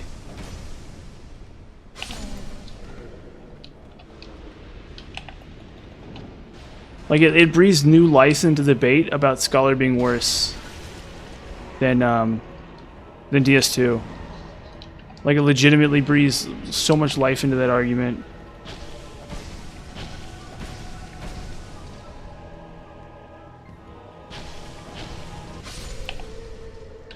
I love Scholar. I love this game, but this is, like, too much. This is like being, like, I wouldn't say being tortured, but, like, this is like, you know, the phrase "too much of a good thing." Like, in some ways, that's kind of what this feels like, a little bit. Like, just way too much of a good thing. It's like I'm being force-fed cake or something. Like, it's like the Homer Simpson donut hell thing. There's, like, an episode of The Simpsons where he goes to hell. Homer goes to hell, and the demon's like.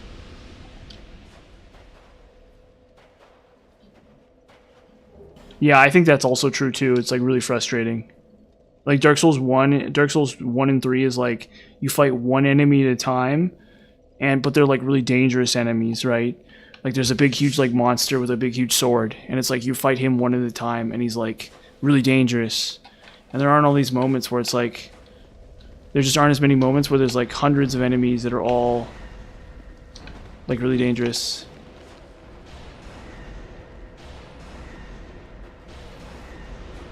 I mean, there's a little bit of that too, but it's, like, not much on the main. It feels like if you're, like, really careful. Oh, it's coming.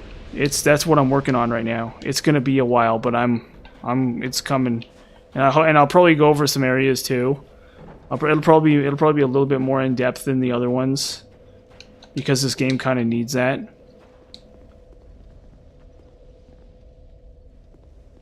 It's good. It's really good. I really do recommend it. It's truly my favorite. It's truly my favorite of the three, I think. Very, very good game. I very much truly care. I truly love it. I truly think it's a masterpiece of video game design. Maybe not like the greatest video game ever or something. I don't know. That's a pretty fraught like concept itself. But it's definitely something that it's definitely a video game that I personally cherish.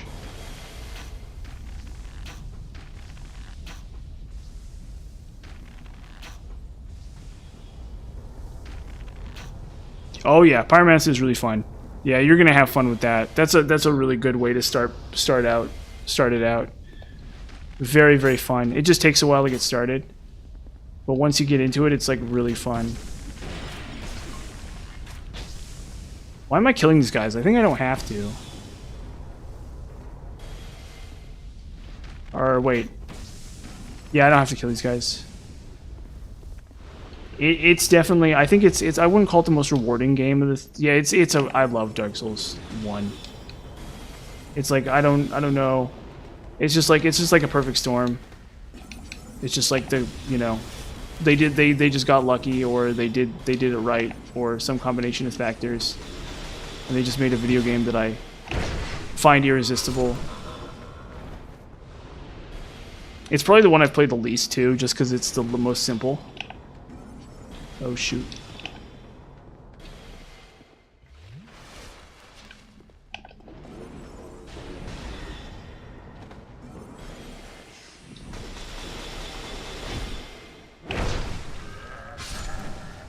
Okay.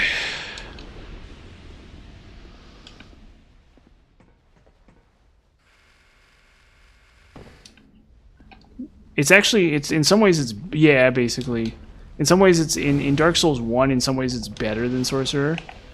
So if you're doing like a challenge run, like no leveling up and stuff, it's actually really good. Well, I can just let them kill me.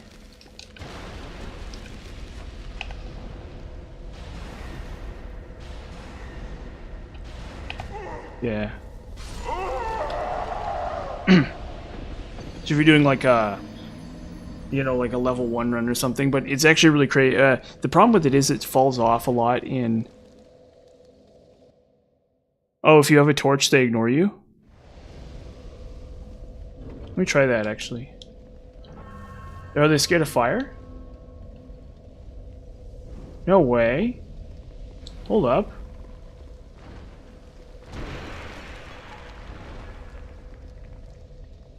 Hey, thanks. Dude. There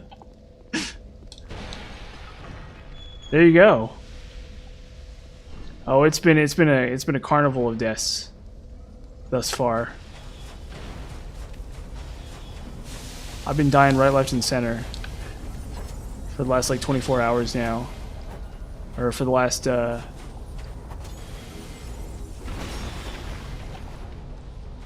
Dude, thank you.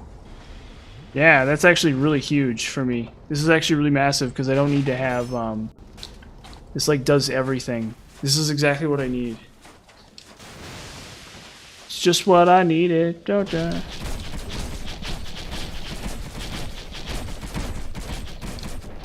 It's a brilliant video game. It's truly an inspired work of genius. Okay, like I'm not gonna sit there and beat around the bush about it. It is this game is a work of genius. It is the work. It is truly a profoundly great video game, and yet at the same time, it is so strange. Oh shoot! Uh-oh. Well, we gotta do that again. It is just so strange to me too.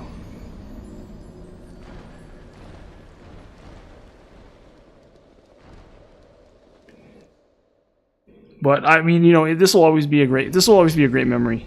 This will literally always be a great memory. Like at the time I got to +8, I'll always be like, yeah, there's a time I got to +8 and it was the best thing ever. It was really fun.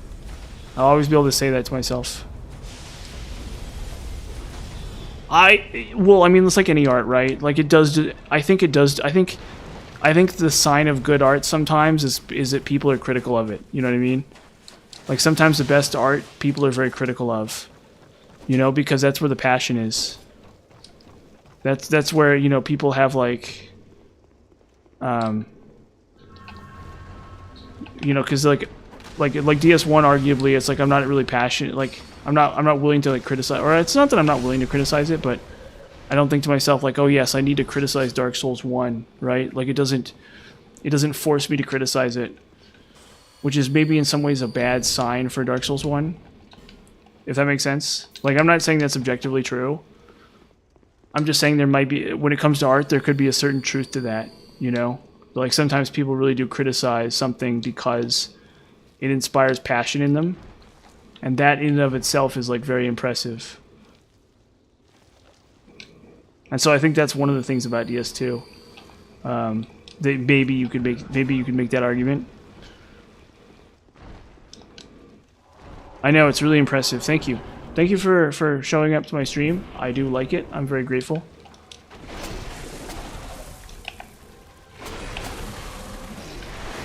This is like broken, dude.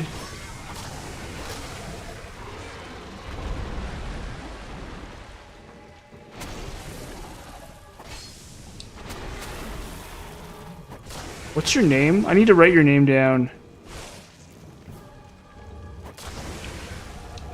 And like give you a credit in the video or something. I love ADP. I'm ADP's #1 guy. If ADP was a woman, I would like want to marry ADP. If ADP was a sandwich, I would like eat that sandwich every day of my life. ADP is like my favorite thing in the world. I love ADP. ADP is my favorite thing about Dark Souls 2. Uh-oh.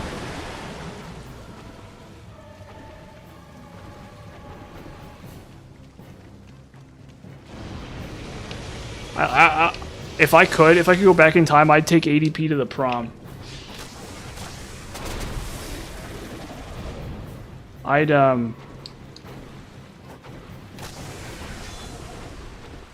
give ADP the keys to my house.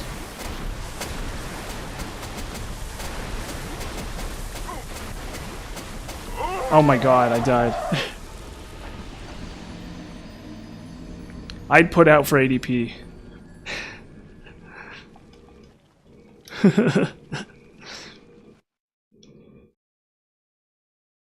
I love ADP.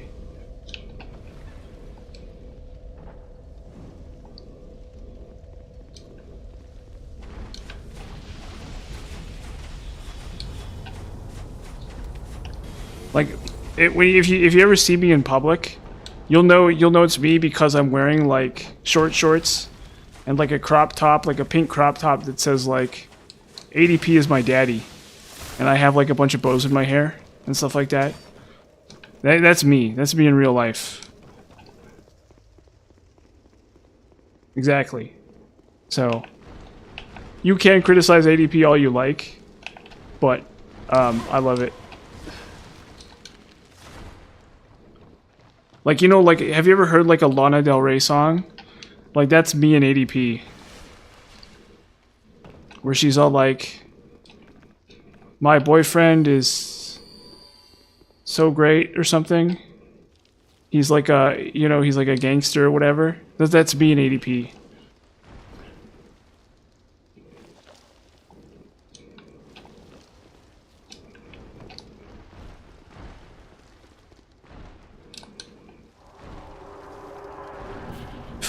Oh, you mean the fact that it's like the Flynn's ring makes it literally worthless, and that armor is really bad? Yeah. And then armor is like really unbelievably terrible, and you don't need it to equip like any weapons in the game. Yeah. And like slow weapons are bad anyway, so it doesn't matter. Dude, that's actually a good point. Yeah, like people are like ADP is so terrible, but it's like ADP is like at least a decent stat technically, or at least does something. Yeah, I'm crazy for ADP, dude. ADP is my daddy. Nope. And I mean that in like a... Oh, shoot.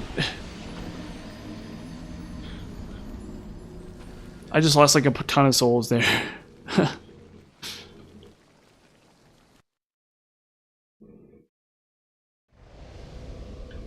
When Lana Del Rey was all like, sitting on your lap, singing you my song, or whatever, I was like, that's me in ADP. Oh, come on. Get out of my way, spiders.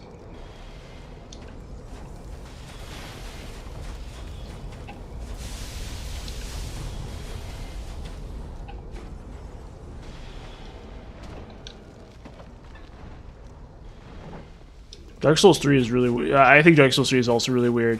The problem with Dark Souls 3 is it's because it's an action game mostly, the RPG element is very like on the level. Like I think in my guide video I'm like it's like really, it was like really easy to make like a priority structure where it's like you just hit your you get like 15 in like every stat or every stat you want to use.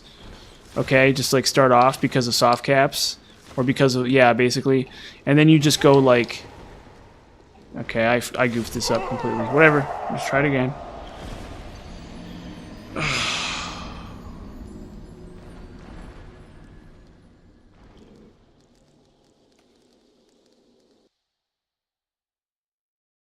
Like buffing up is like really hard.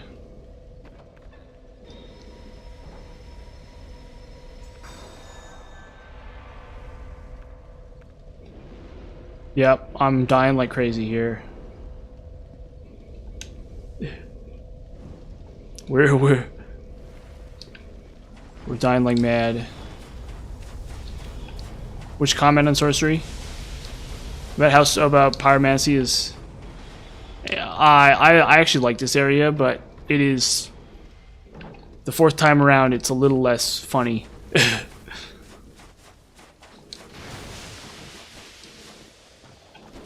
I will say that. I do think that.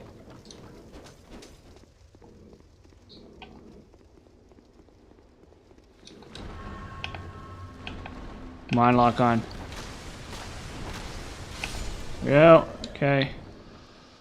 Oh, it's okay. It's fine. I don't think it's like the best in the game. It's definitely not the best in the series. But to call it bad would also be untrue.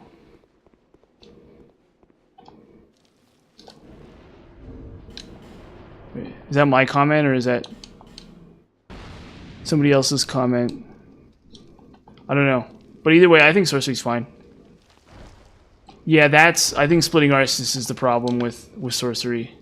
I think the change back to mana did not do sorcery a favor. I don't think it like broke it or killed it or anything, but it's definitely not the best thing for it. Yeah, like way too much mana. Like way too much mana. It's like you need like a huge amount of FP. And you don't even really get rewarded for it either. Even if you do have a ton.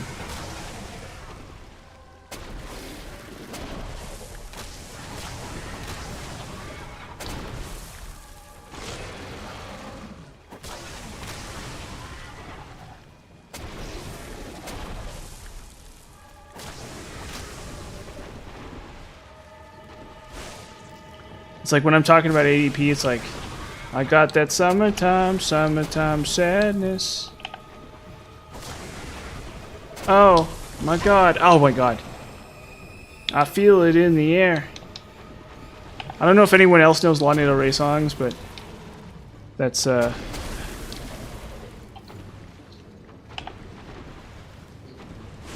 a really famous Lana Del Rey song. Oh my god, I'm so bad at this. Why? Why did I die again? Oh, that was actually pretty good too. Yeah, I know. Well, it did save me once, and then I died. Yeah. Oh my god. I've gotten like worse. I've gotten like the more that I've played this game, I've gotten worse. Yep. Yep, I've gotten worse. I've literally gotten worse over the last couple runs, I think.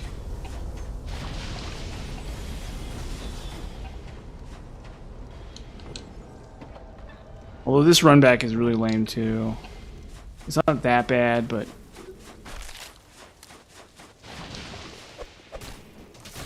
I have to admit I'm not used to trying to one-hander. And I keep dying to that same attack too.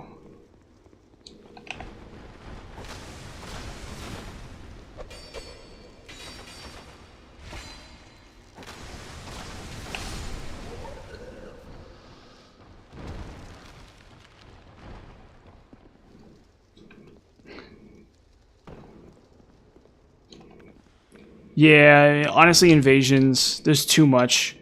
Like, I think that's that is one problem with DS2 is like invasions. Not just NPC invasions, but also like regular player invasions. Like, like I said, there's such a thing as there being too much of a good thing, right? Like, that is a real thing. Like, you can have too many invasions.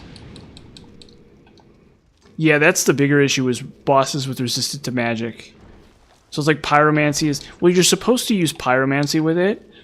Because the developers didn't understand that people like pyromancy being different than magic. Right? People actually... Like, I appreciate that that distinction. But the reason why their bosses are resistant to magic is because you're supposed to use fire. You're supposed to switch to pyromancy for those bosses. You're supposed to be like hitting the crystal sage. You're supposed to be like hitting the crystal sage with like fireball and stuff. That's why. But also for some of those bosses, especially the later ones, it's not as good. It's like pyromancy just doesn't really work all that well against Twin Princes.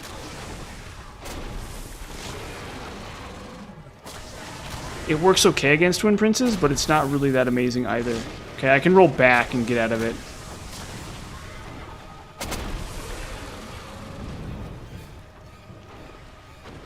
What was that, bro? Fudge. Oh, and I got hit by again. Yeah. Well, you're gonna get your money, because I'm gonna die again.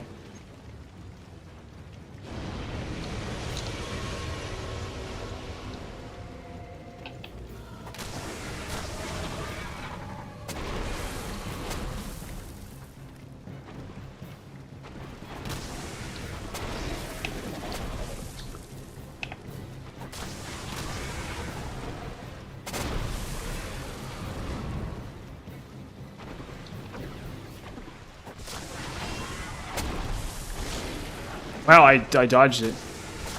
For once in my life.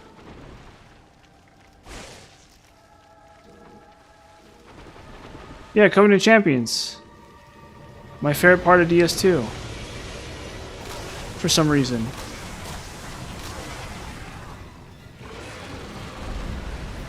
The fact that I'm in it for no reason. Just to make it harder. Just because I'm... There we go. Wow, okay. Whoa, dude, you lost $10 just now. Dang, yeah. You can cash your money, order that to me.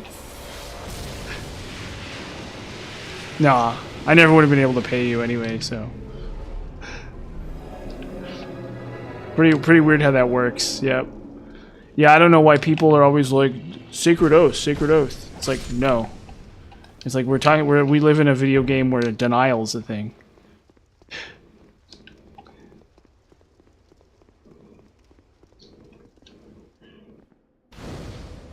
It's like my favorite spell in any Dark Souls game. See, that's the thing, is the trick is you gotta live in denial. That's the real trick. It's like I go to the doctor, and I go to the psychologist, and she's like, "You're living in denial," and I'm like, "Oh, that's a good thing, because that means if the Fume Knight pops out from somewhere and hits me, stabs me with my sword, I live." Like I'm sitting there in the therapist's office or whatever, and I walk out, and I walk outside, and then the Fume Knight is there, and he's like, "Rrr," and he like kills me with his giant melted sword. Yeah, that's true. Exactly. And then it's like, because I'm living in denial, that saves me. Okay. Now we have to do Royal Rat Authority, which is everyone's favorite boss in the world. What's up, Gavlan? want to go? Fine. Yenny, but you.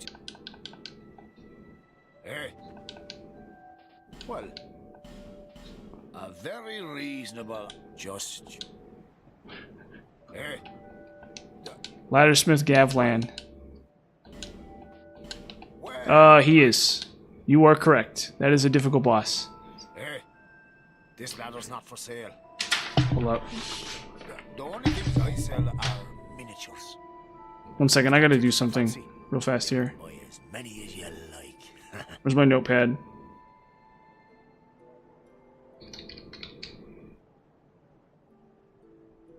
I have to type something down. Okay, good.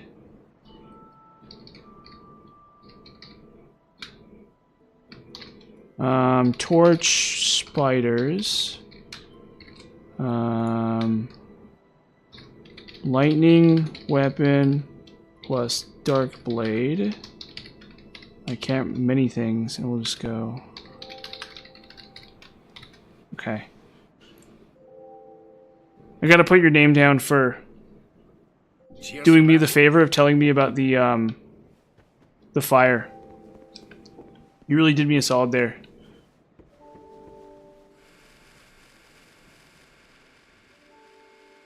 Yeah, it's actually a really weird boss, definitely.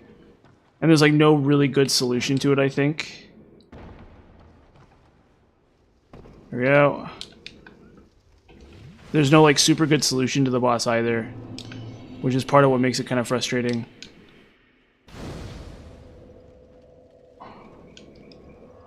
I think I have the setup though. We'll give my setup a shot.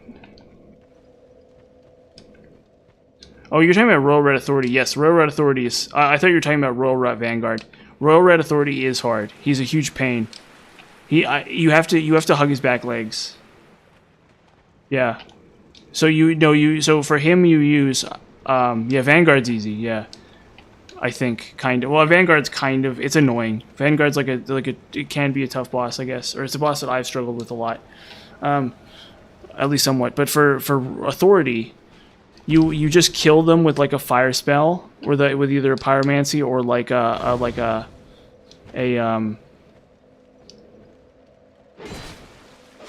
you kill them with a pyromancy, or like you kill the small rats with either pyromancy or like a hex, like an AoE hex, and then you just hug his back legs and you just stab him, and that's the way you get rid of him. And it's actually pretty easy once you have that down. And like you don't lock onto him and stuff. Yeah, you Scraps of Life. Scraps of Life is really good for him. It's actually not a hard... I don't think it's like... It's a tricky boss until you know exactly what to do. And that's the problem with it. Yeah, you can do that too. I prefer to just kill them with like a Hex or a Pyromancy. Just so they're just gone.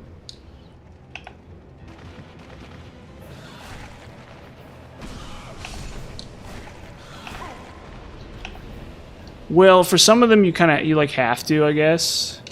Because like a lot of areas are designed around forcing you to fight them. In one way or another, I think.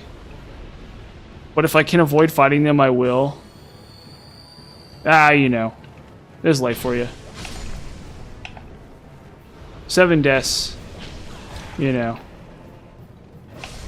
That's Dark Souls, baby.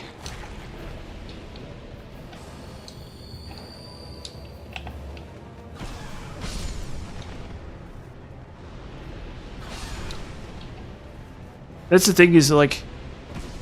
Oh, I still have Silvercat on.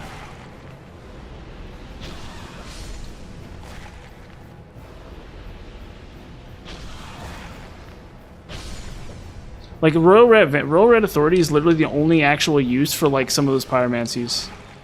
For, like, those Pyromancies and those Hexes. Like, legitimately, the only legitimate use. Where is it? I thought he always spawns in the same spot, right? Oh, there he is. Yeah, he does.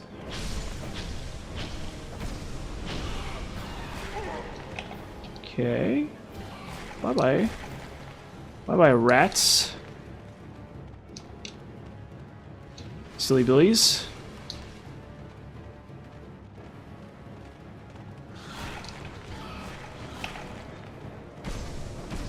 Uh-oh. This boss is easy. Wow. Jeez.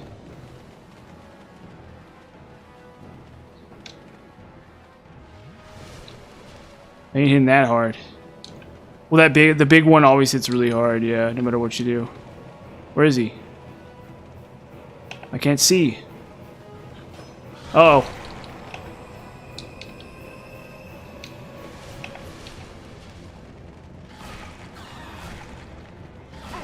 Come on. There we go. Oh, jeez, I did it. Okay.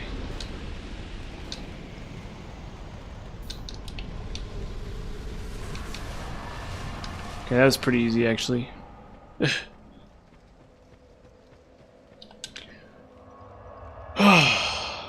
One second. Yeah, it's doing a lot. Because first off, enemy damage scales a lot. Enemy damage scales like a lot, okay. And then on top of that,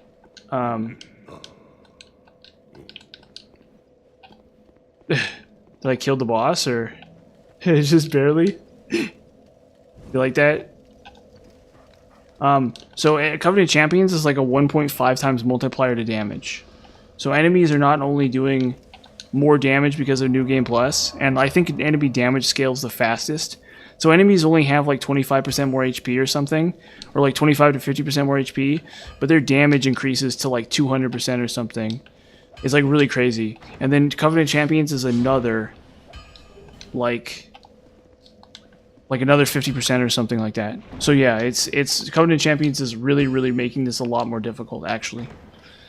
I might be able to survive like way more attacks. I think, well, to be fair, I think in some cases what's really going on is like Covenant Champions, even if I wasn't in Covenant Champions, I'd still be getting 2 hit by every attack, right? So like an enemy would attack me, a boss would attack me, and I'd still take like more than I'd still take like at least like 60% of my health and damage. But every time a boss like just full-blown one-shots me, that probably is Covenant Champions at work. That probably is straight up Covenant Champions. Just like full-blown killing me. I'm pretty sure. But I could be wrong. I haven't done New Game Plus outside of Covenant and Champions. Oh, hold up, we gotta reinforce my pants. We gotta put some chunks into my pants. Yeah, so I go to him and he's like, well, even without the hollowing, it still might, some of those attacks still might one-shot me. Like the bite attack that I kept dying to, that hits really hard. That hits like really hard. There's a possibility that even if I wasn't in New Game Plus, like, I think maybe in New Game I wouldn't quite be one hit by that attack, but I think even in like New Game Plus 2 or something, I'd still be one hit by that. Because New Game 2 is the biggest jump. So like the biggest jump in difficulty is from 1 to 2, and then every subsequent jump is actually not that big. It's actually relatively small. So it's hard to say exactly what's going on.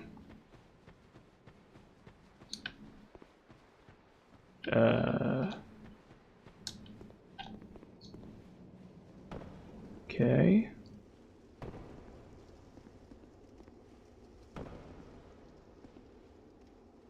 No way. Yeah, well, he'd one-shot me. He'd 100% one-shot me. Or at least some, maybe not all of his attacks. I don't know. I don't really get hit by the Rotten usually. The Rotten's a boss that I'm actually pretty good at. I've practiced the Rotten like a lot. So I'm usually not particularly worried about the Rotten. Yes, absolutely it does. Well, actually, I think I can... Oh, wait. I might... Uh-oh. Yep. I can't... Maybe I can run past them? Well, if I kill this one, at least I can probably just run past them.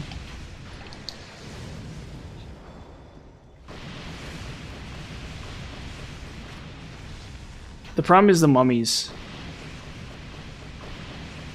Binding of Isaac. Binding of Isaac is number 1. I love the Binding of Isaac.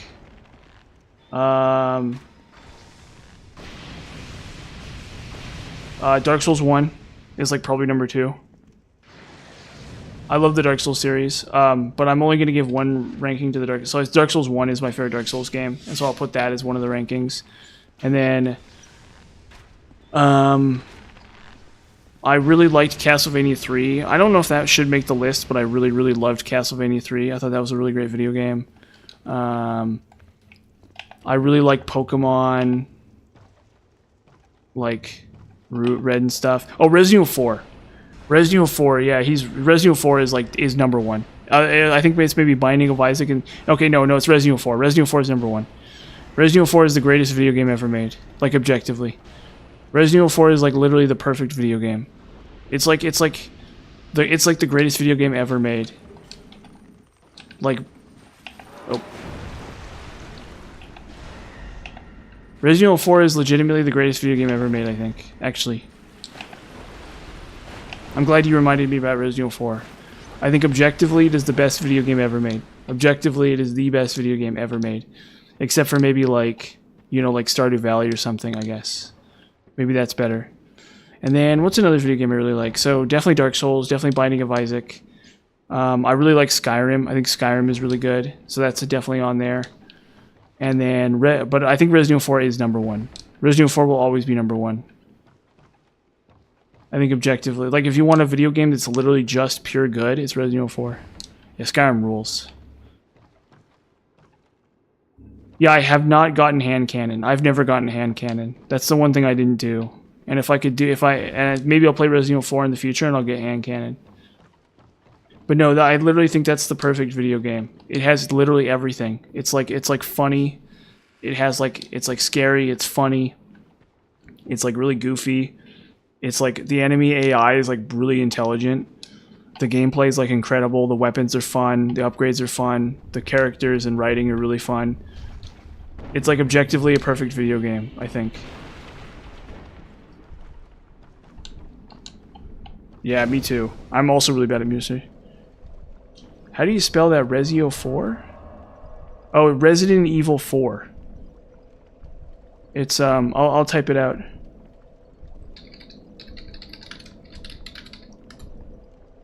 Yeah, you know, yeah.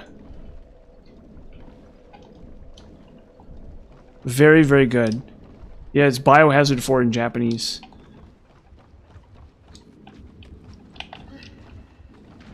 Oh.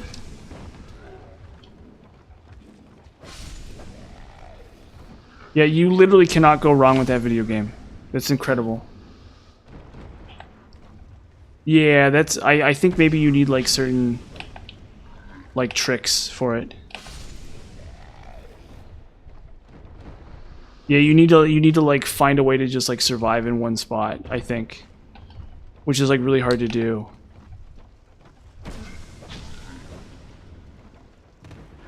I think so. You've never heard of The Binding of Isaac? So it's like a really hard video game though. It's like so be aware of that. It's like a really brutally difficult video game. It's really good though. It's really good. It's like Dark Souls 2 kind of reminds me of Binding of Isaac actually. Yeah, oh, Mass Effect. You know what video game I really love? Mass Effect 3. Actually. That's another video game I really love is Mass Effect 3.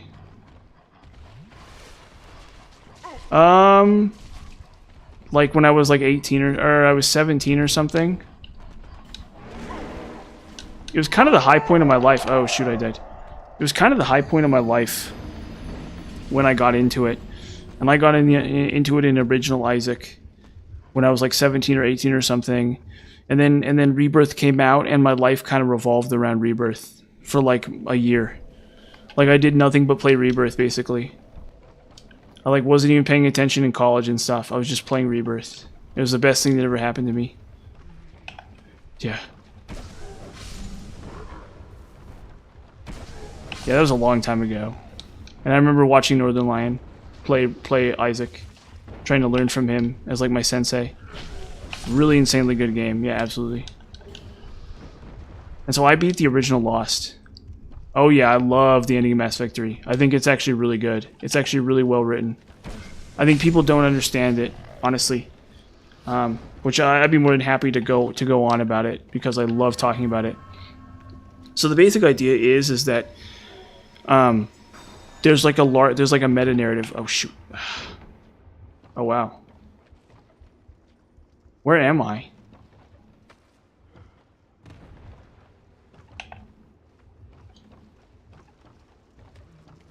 I don't know. I'm somewhere. Oh.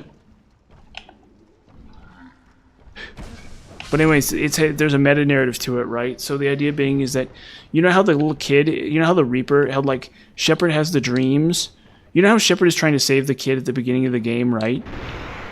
And you know how like the Shepard, oh well, there's a Titanite chunk. And you know how Shepard is like trying to save the little kid throughout the whole game, like, or in every dream, so like remember the beginning where Shepard sees the little kid in the vent and he's like trying to save the little kid, and then like the little kid like gets blown up, but like it's just some random BS, but like a Reaper or whatever, and like Shepard's like really sad about it, and then Shepard has a dream every night about how she tried to save the little kid but couldn't, right? So that's like, so the idea being is that, spoiler alert by the way, if you've never played Mass Effect 3, close your ears, because I'm going to explain why I think it's really good. So, Shepard is... So the Reaper...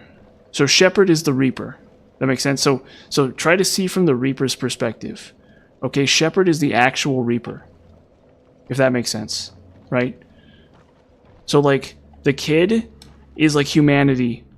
And the Reaper is Shepard. And the Reaper is trying to save humanity from like disaster, okay, right? But the Reaper fails, and so the Reaper sort of has like the same dream as Shepard, if that makes sense. And that's why the Reaper is the little kid, which is like really stupid and convoluted when I say it, when I like try to explain it. But like that's it. That's why it's brilliant. What's up, man? How you doing? How you been doing? Good to see you.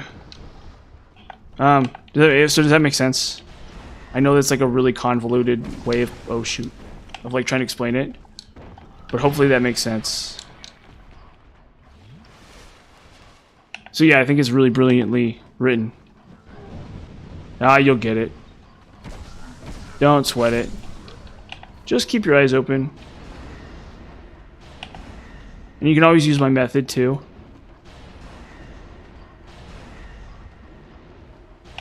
You can always do it the hard way and use my method in my Lost Unlocking video. But just keep your, which is why you should just keep your eyes open for it. You'll get it. You'll get it eventually. So what was I saying about the yeah, so the idea being is that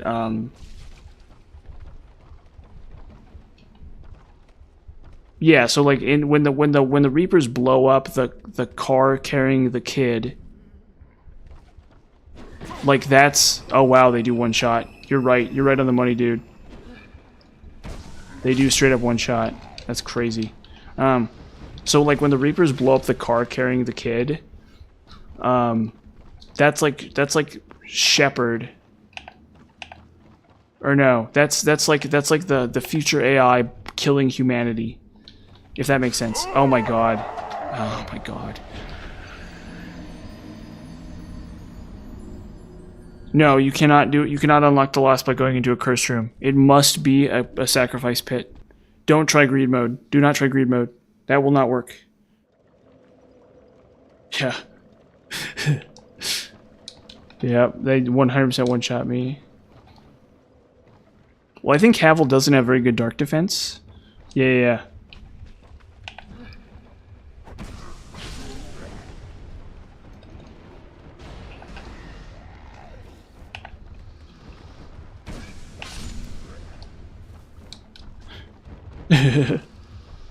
Yep, just annihilated by a hollow. Yep.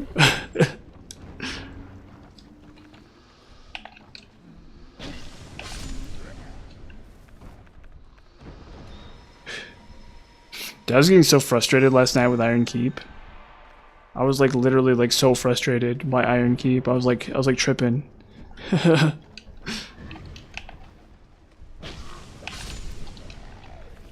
What was I saying again? Oh yeah, so that's the ending of Mass. And so Mass Effect 3 was written by like actual writers.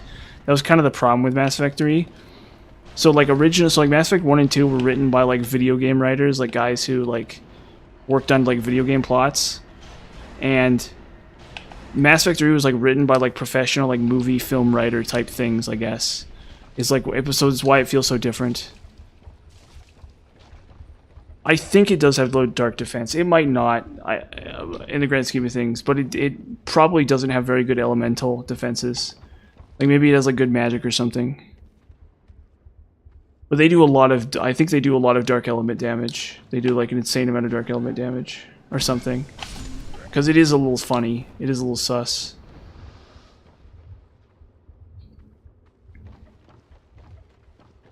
Oh, well, I mean, they Andromeda, people hated Andromeda, which is funny because I thought it was a perfectly good video game, I thought.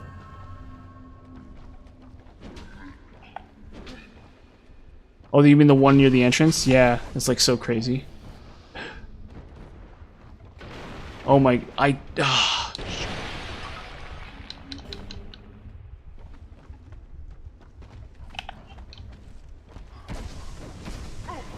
Whoa.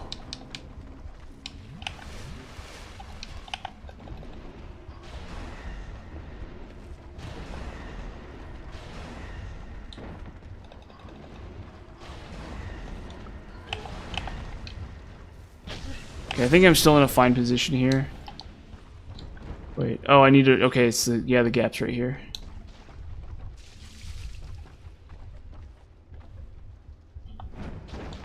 They're definitely, like, I get the feeling they're one of those enemies that was, like, early on in development. They didn't really, like, worry too much about it. They just, like, kind of put them in the game. And they didn't really, like, they're like, one of those enemies that feels, like, under-finished. Like, it's like they didn't finish the enemy. I'm gonna level up, actually. I have enough resources right now to level up. In fact, I think, not only do I think Mass Effect 3 has the best plot of any Mass Effect game, I think it's, I think it not only ends good, I think it's by far the best of the three. Like, objectively. Oh, that's a really good question. Probably Unity. They're kind of all the same. I think the ending itself is good. I think the choice doesn't really matter. Or maybe Destroy All AI. I think maybe Destroy All AI was my favorite. It's tough to say.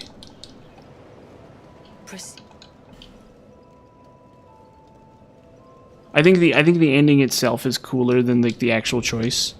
But I think the endings themselves are also pretty cool too, because you either destroy all machine intelligence, which is pretty brutal, and like you destroy the mass relays, so like there's no fast and light travel anymore, or you control the Reapers, which I think is probably the weakest of the endings, but like interesting at least. And then the last one is like the machine human merging, which makes no sense. Like I think that makes literally no sense, but at the same time it's like it doesn't matter. Like the framing is much more important than the actual result, I think.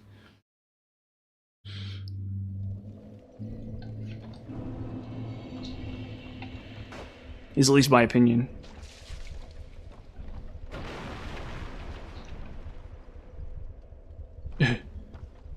You have the teleporting dogs, yeah. Supposedly it's a camera thing. Supposedly it has something to do with camera with camera. Oh shoot. Like they're not, like they are always there. Or something. Like it's not like they actually teleport. I don't believe that. I actually find that hard to believe. So supposedly, like I think it was Limit Breakers or something did like a test where they were like do the dogs actually teleport or do they just appear, or is it just them appearing because how a video game works is like a video game developer doesn't render anything that doesn't appear. Yeah, comment on it. Yep. It's like getting killed by a Caterpie. Like just getting murdered by a Caterpie, yeah. So like how video games work is like they never they don't render anything that isn't appearing. Like if you're not looking at something, the video game doesn't care. Does that make sense? And so the theory goes is that the dogs teleport because That's actually just them appearing on your screen. But I think that's probably not true. I think they do actually teleport. Yeah. I think they do actually teleport. I have to admit. I don't like, I suspect they do in fact teleport, and that the game really just wants to make sure the dogs can catch up with you. But some people say it's not true. I don't know. Yes, I'm almost certain the dogs do in fact teleport. But it's impossible to know for sure. I'd have to do my own testing and stuff. Okay, we need fire for this.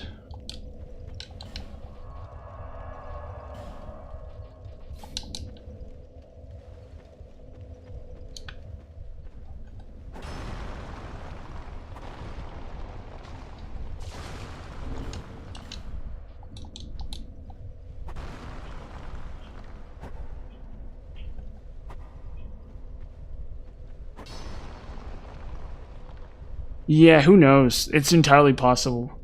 That's actually a really compelling theory that they can read your Estus inputs. I wouldn't be surprised. I wouldn't be surprised at all. That's something that I would 100% not be surprised at all. But I haven't played Elden Ring, so I don't know. It's not something that I've ever consciously thought of as being a problem. I've never said to myself, like, oh, the boss knew. Except in this game. I think this game is the exception. But I think the bosses do know, actually.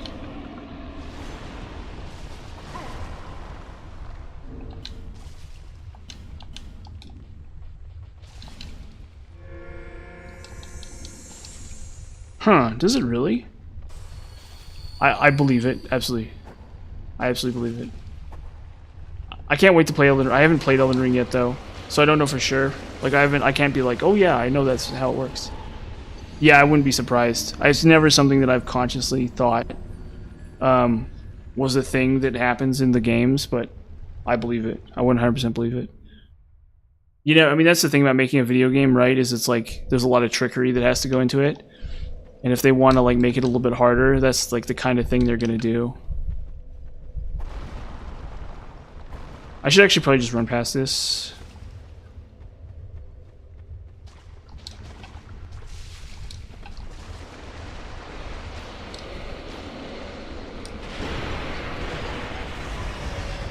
Oh wow, that actually wasn't so bad. Why am I so afraid of doing it that way? Oh no, I remember why. So the reason why I'm afraid of doing it that way is because in the Deathless No Bonfire, I did it that I did it that way. I do it really slow. Oh. No, that actually, okay, never mind. That was actually not so bad. I expected that to be like really stinky and terrible and bad, but no, it was actually okay.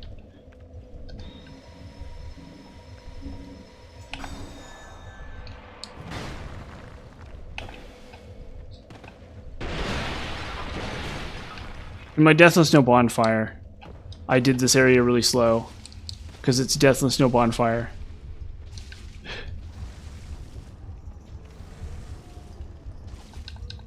No, just only the two, only Fire and Dark. I'm not going to farm 5 Ice Rapiers when I'm not going to use every element probably, but I might do a magic. I might have one more that's magic element for Alana. So I might have one more. Because I got one more dropped for me. I just got lucky and one more dropped. And then maybe at some point I'll try to power stance. But I think at this point I'm not going to power stance at all. I think I do enough damage. More or less.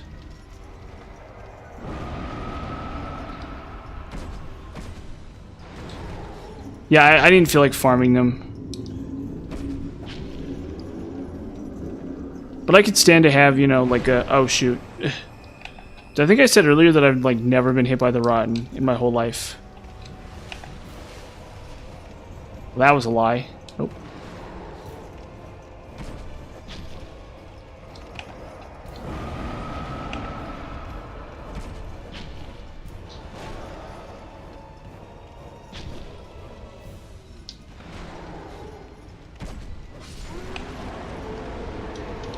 I don't know what's up with that boss and like why he's so easy.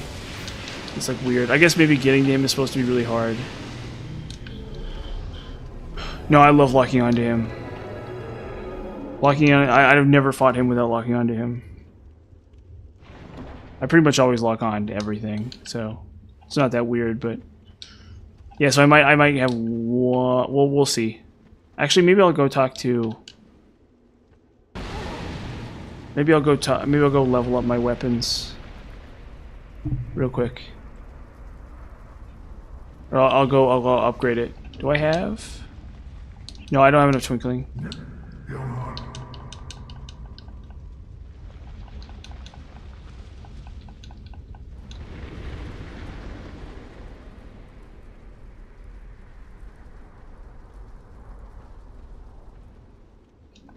Wait, what were you guys talking about? Oh, Lothric Knights?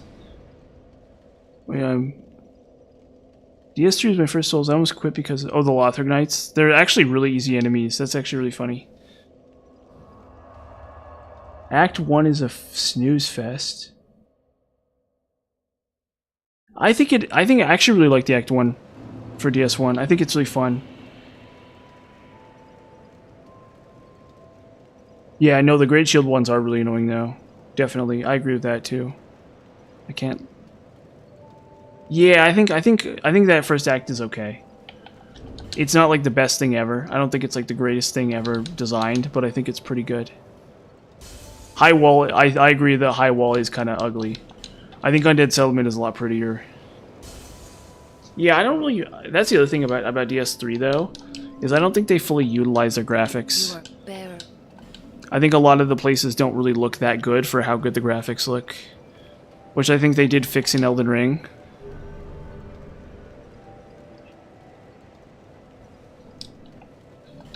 Yeah, I feel like Dark Souls 3 does not push the graphics to the limit. Like, there should be... Like, imagine, like, the Duke's Archives in Dark Souls 3 and how cool that would look. Yeah, actually, I guess you're right. Irithyll is really cool. Irithyll does look really... Like, yeah, absolutely, Irithyll. That's a great example of a place that actually really looks good.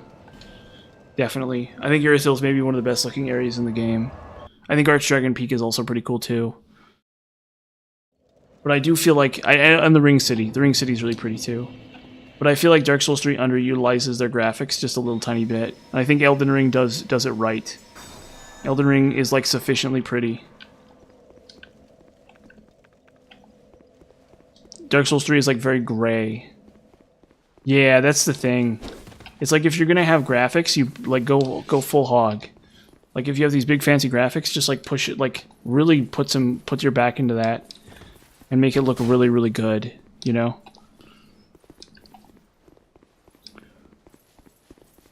Yeah, no, it's a great game. It's a great video game, but I do think artistically it's not as inspired as like DS2. I think DS2 is a more inspired video game artistically. I think they have better technology, but they don't, like I said, they don't fully utilize it. Like they were told to make it look very like bland and generic and gray, and they did, and that's like the biggest downside to it.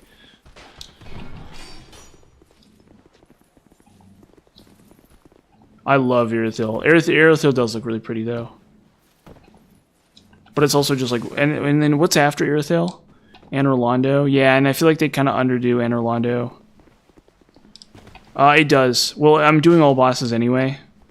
So even if it didn't, it does. It does definitely get reset, but I'm doing all bosses anyway, so I have to fight those bosses even if I farmed the Rotten, I'd still have to fight every boss anyway. Now, to be fair, probably farming the Rotten would have been smarter. Because like, you know. Yeah, oh yeah, I know.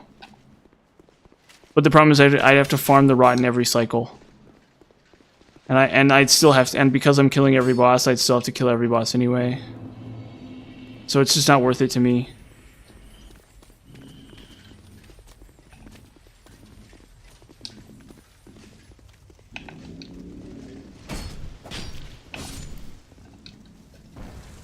It's like I don't even know why I'm killing every boss. Well, the reason I'm killing every boss is because that's what I did in Dark Souls 1 that's what I did in Dark Souls 1 and 2. Or in 1 and 3. I killed every boss. So, just for consistency's sake, I'm killing every boss. And then that way I know the whole game, you know, basically. Like when I write the guide, there'll be no confusion. I'll be like confident in my information. That I know like the whole game and like everything the game has to offer more or less. But definitely farming with aesthetics would have been smarter. Oh shoot. Front facing. There's Dark Souls 2 for you, dude. That's just Dark Souls 2. Front facing backstab. Dude, have I really only died 11 times in like an hour and a half? That's actually kind of impressive. I'm actually doing a pretty good job then if I've only died 11 times.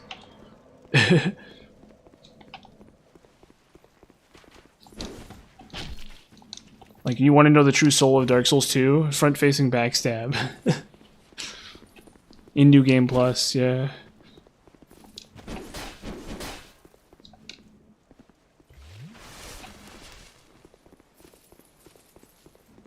Oh.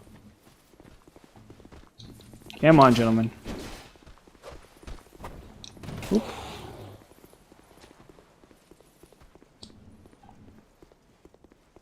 Yep. I have not played Elden Ring. I don't own it yet. I haven't gotten it yet because I'm waiting for them to finish updating it. I want it to be like a completed game. But I should really buy it and play it like as soon as I can, basically.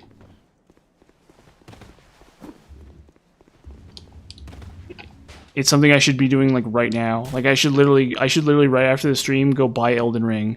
Or I'll probably wait till Christmas where it's way cheaper. I'll probably wait until Christmas actually, and I'll buy it on sale, and then I'll play the crap out of it. And then once I play it a little bit. No, the problem with this is that even if I equip better armor, like it's gonna reduce my stamina regeneration, and I'm still gonna get like 1-shot and 2-shot basically. It's not actually gonna fix anything.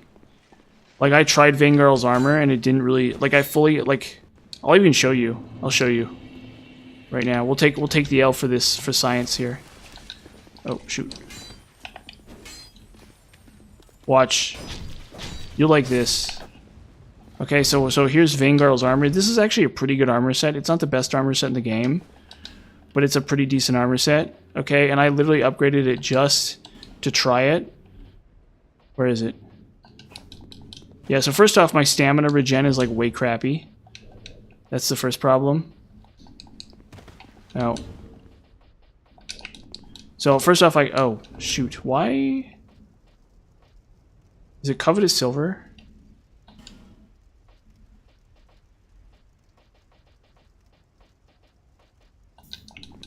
Yeah, there we go. Yeah. I think it's 800. You need like 815 or something, or it's like It's 888 or something. So like first off, watch, my stamina regeneration is like way slower.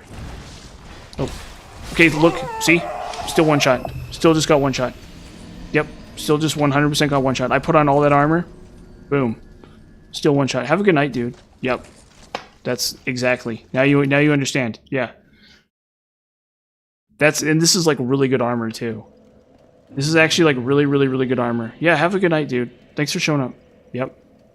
This is like really good armor too. Like look at these defenses. Like 316 defense. 140 defense.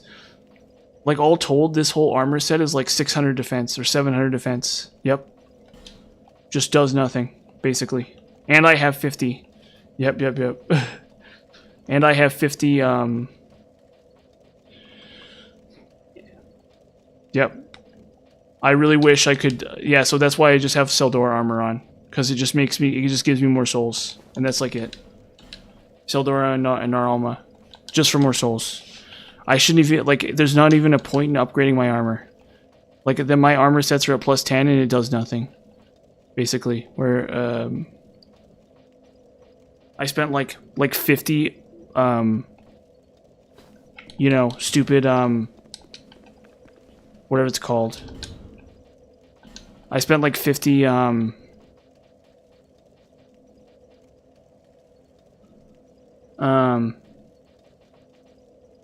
like 50 Twinkling Titanite on that armor set, and it did nothing. I tried that a long time ago. Well, not a long time ago. It was like 3 or 4 streams ago. But yeah, it's sad. It's like really sad actually. I really wish that it was good, but it's just not, unfortunately. I don't even know what's wrong with the calculations behind the scenes, you know what I mean? Like, I don't know why the math doesn't work. Like, I feel like the armor should do something. Just something. But it just doesn't, yeah. Well, I mean, to be fair, that's a pretty powerful attack, too. But you would think that like, I would not just, like, get one shot by that attack. Let's see if this guy one-shots me, actually. Hold up. Go ahead, pal. Make my day. Oh, wow, okay. So, like, if I had armor on, I might take, like, maybe... I might take, like, 10% less or something. Actually, we can test this. Let's actually just straight up test this. Oh. I want to see exactly what armor does for me. But that's why I don't... Oh, never mind. We'll try it, though. I'm actually gonna... We're actually gonna see how much armor actually does.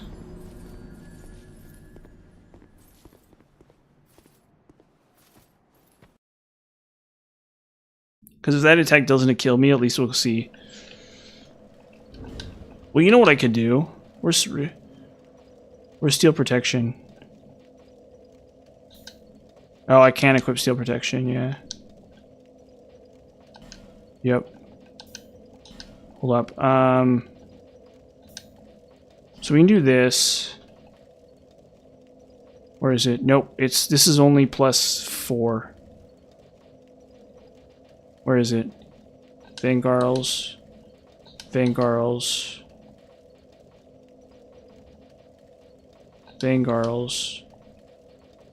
Okay, let's see. Okay, and this is with Ring of Steel protection too. Hold up, we'll give this a shot. And I'm still fat rolling too. Come here. Stabbing me. Oh wow, okay. For against that, I think maybe Ring of Steel protection is the real value there. You know what? We could try something. No, it's like 50%. It's like a 50% modifier, or something like that.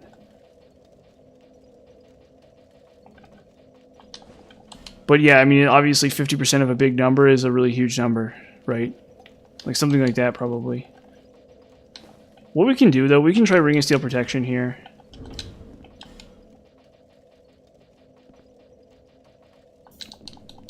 Let's try Ring of Steel protection. Maybe this will make the difference, actually. Come here. Stab me.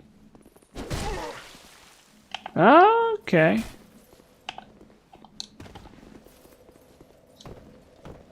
That's alright, actually. That's just Ring of Steel protection. So I took like 10% less damage there or something. Not enough to make like a huge difference, but like some.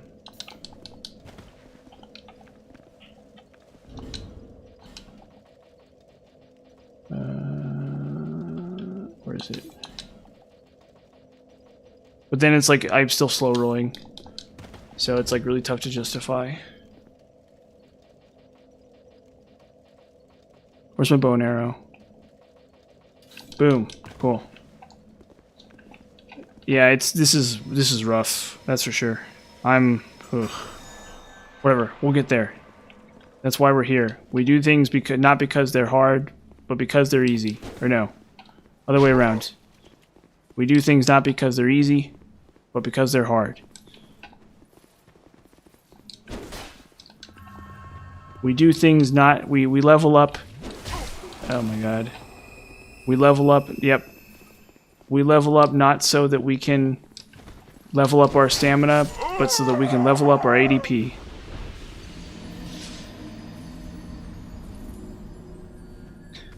This Christmas, remember the reason for the season. Adaptability.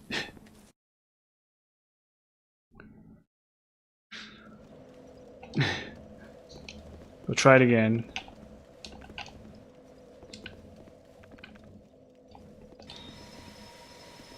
Yeah, Falconers, yeah. I can't believe I've only died 14 times. Whoop. Feels low.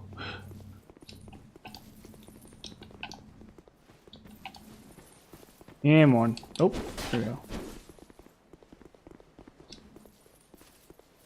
Yeah, they can because they can block really good. Yeah, and their shield is like surprisingly decent. Like guard breaking them is like actually really hard. Like even if you hit them with like a Zweihander or something, even if you hit them with like a great club, it still doesn't break their guard or something like that. Yeah. Really weird enemy. Very strange enemy. I remember farming sunlight metals. This is a long time ago. I remember farming sunlight metals off of them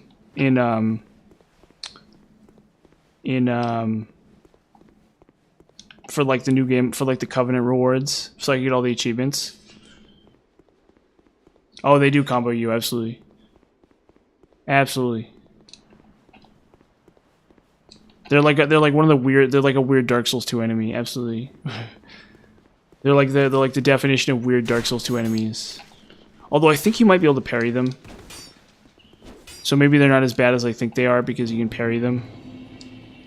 That's probably true of a lot of enemies in Dark Souls 2, is they're balanced around being able to parry them. But the problem with parries is that parries make sense in the context. Parries make a lot more sense in the context of not fighting like 10 enemies at the same time. Like if you're like looking at like 10 different enemies and there's like 5 guys trying to stab you. Oh yeah, no. It's good to hear, yeah. I think it's a really compelling theory. I think it's a very compelling theory for Solaire.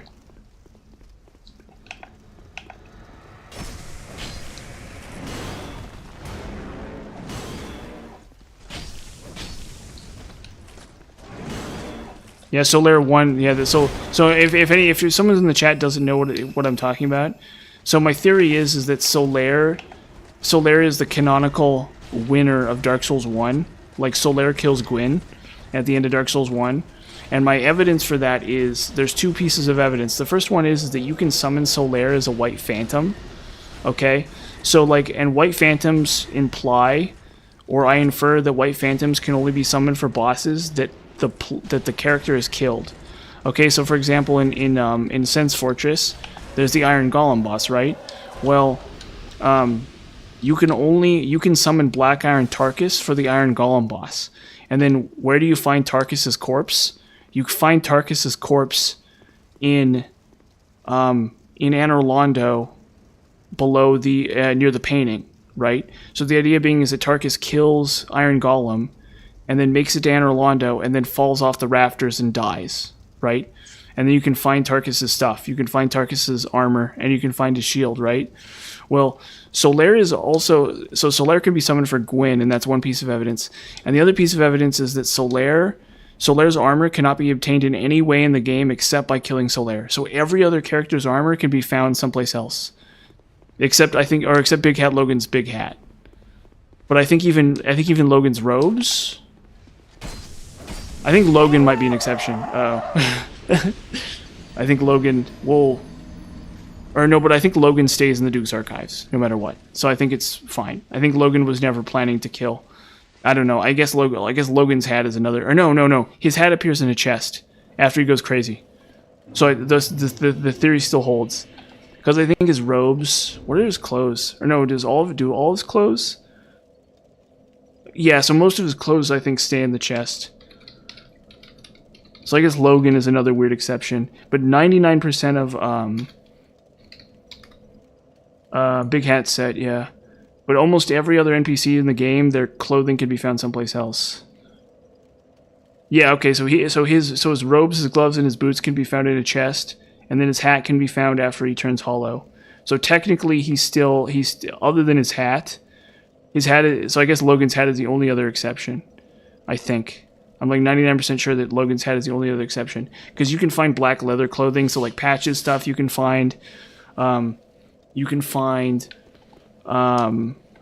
sorcerer's stuff, you can find the pyromancer's stuff, you can find... Oh, wrong direction.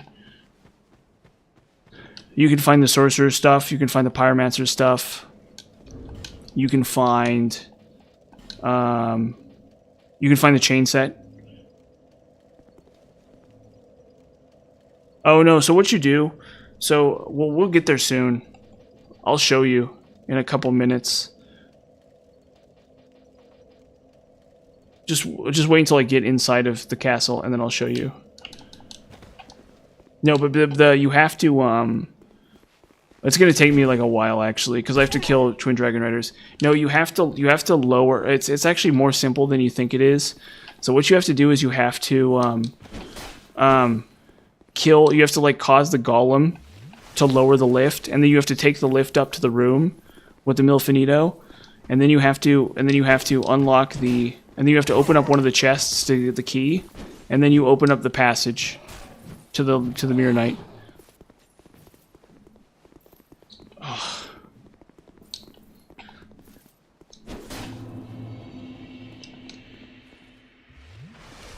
Yeah. You trigger the golem.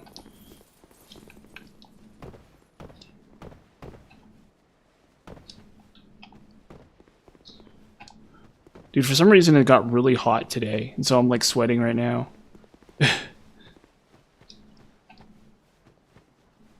I don't know why it warmed back up. It's been cold the last couple days. Have you? Dang. It's a pretty big place. It is a really pretty big place. It's just one of the areas that I think is like weirdly easy. Yeah, it happens. It happens. Yeah, and so what I'm going to do here in a couple... When I get there, is I'm going to do... Oh, Shrine of Amana. I want to do Shrine of Amana. You kidding me? I think I have a really good setup for Shrine of Amana, actually.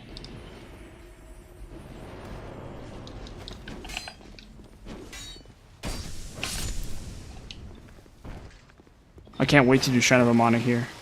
I think I have the setup. I'm pretty sure I have the setup for Shrine of Amana. I'm like 99% sure I have the setup.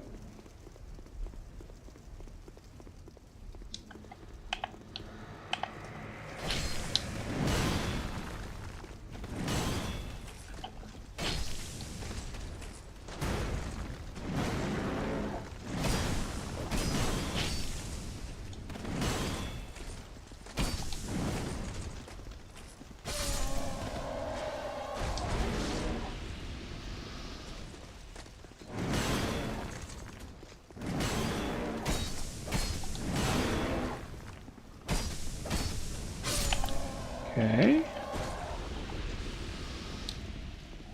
Does it really? Yep. Yeah. No.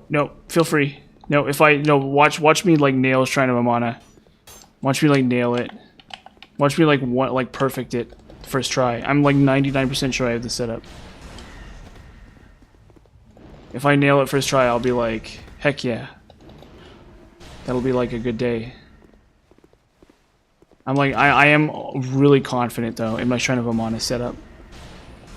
I'm like extremely confident in my Shrine of Amana setup. Dude, that's super cool. It's not that. Then unfortunately, I don't think it's that useful. Oh shit! Why? Why did I? Why?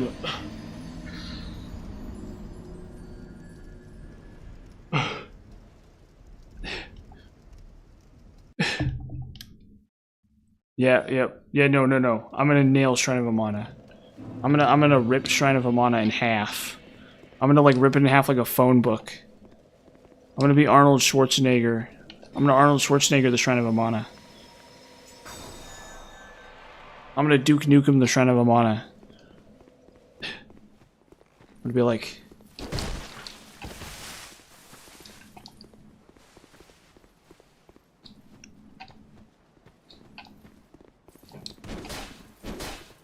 Yep.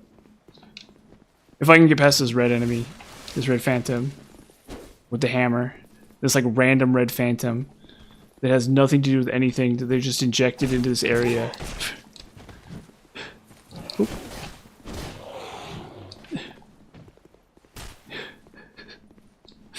He's like one dark orb too from being dead, yeah. But I still have to open up the door, so it's not like that's like, it's not like it's free after that.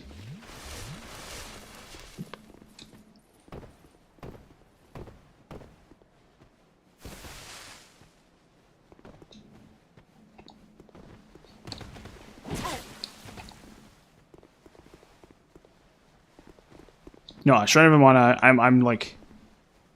once I get into Dragonlight Castle, the deaths will stop. I guarantee you. It's gonna be like a straight shot all the way to the end of Dragonlight Castle. I'm gonna like not die at all. From here all the way to the end of Shrine of Amana. Once I get in the castle. This is like the hardest part.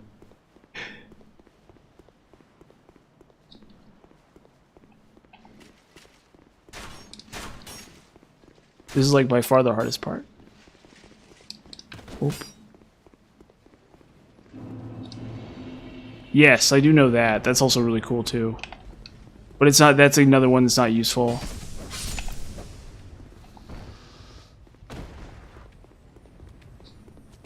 Yeah, it's like so extra, honestly. Like Red Phantoms are so extra. It's supposed to be like Demon Souls. It's literally supposed to be like Demon Souls. It's like supposed to be like World Tendency. But it's like such an awkward system.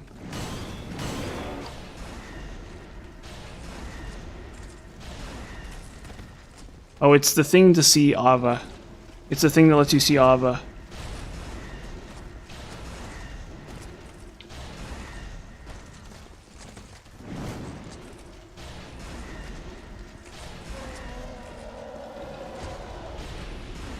And it lets you see the shadow guys. Whoa.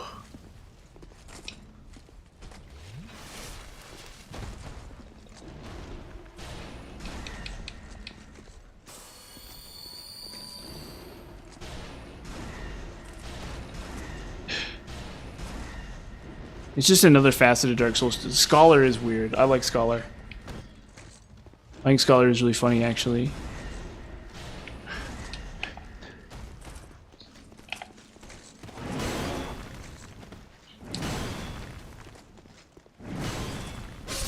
I wonder if Scholar did Dark Souls 2 sell well?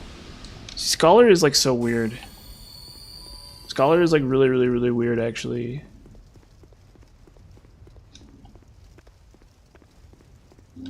I guess I could see Gavlan.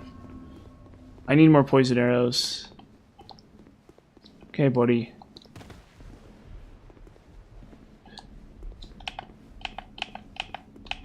Not falling for this again.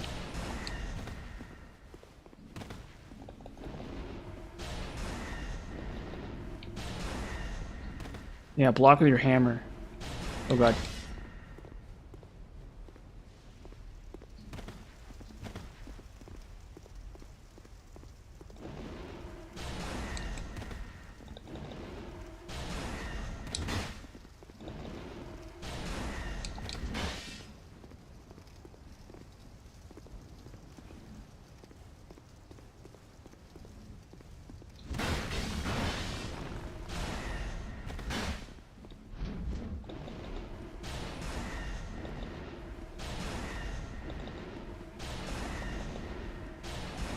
There we go, finally.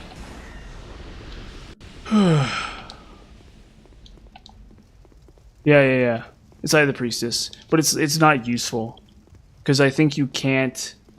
I guess you could technically like if you're like going to the Shrine of Winter early. That's like there's no point to fight those enemies or there's no point to fight those enemies anyway, right? So it's like never practical. It's more trivia than anything else. It's more like, oh, like let's do this because it's cool and people will notice, which is why they put it in. It's more like an Easter egg than anything else. Maybe there's like some use for it. I doubt it though. Oh.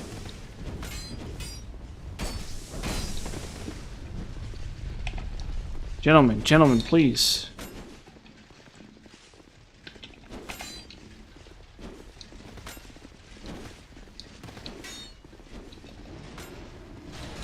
Oh.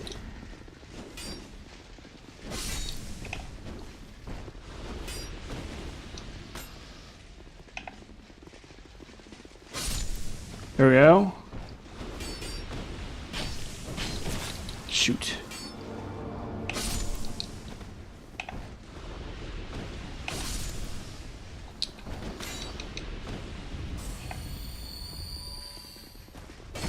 Kind of is excessive, honestly.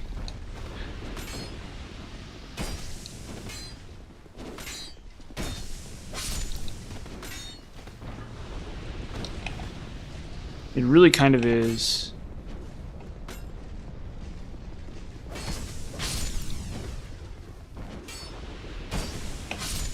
Whatever. Okay. Oh. Hello? I need to talk to him. Well, they're undead, I guess. I don't know. That's actually a really good question. That's one of those things that I always think, like, everything would be covered in, like, plants and, like, you know, like spider webs and stuff. And, like, all the weapons would be, like, rusted. So it's, like, weird, yeah, definitely. But I think it's just supposed to be a manifestation of darkness, technically. Is like the idea. Because, like, technically your character is going to restart the fire, right? So, like, I guess maybe the fire's already gone out. I don't know.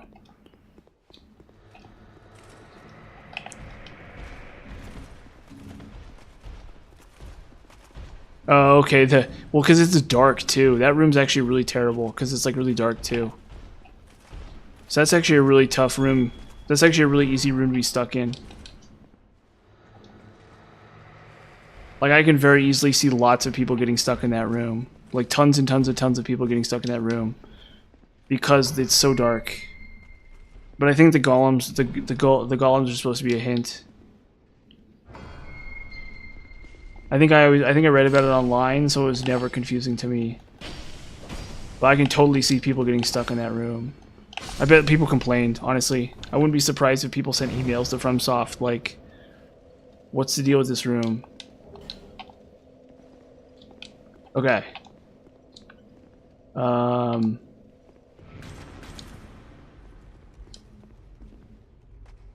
here, you.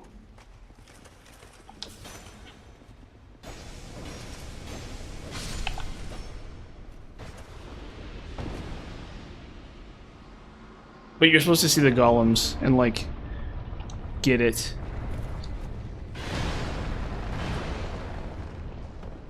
But it's so dark, too, yeah. Shoot. That's okay.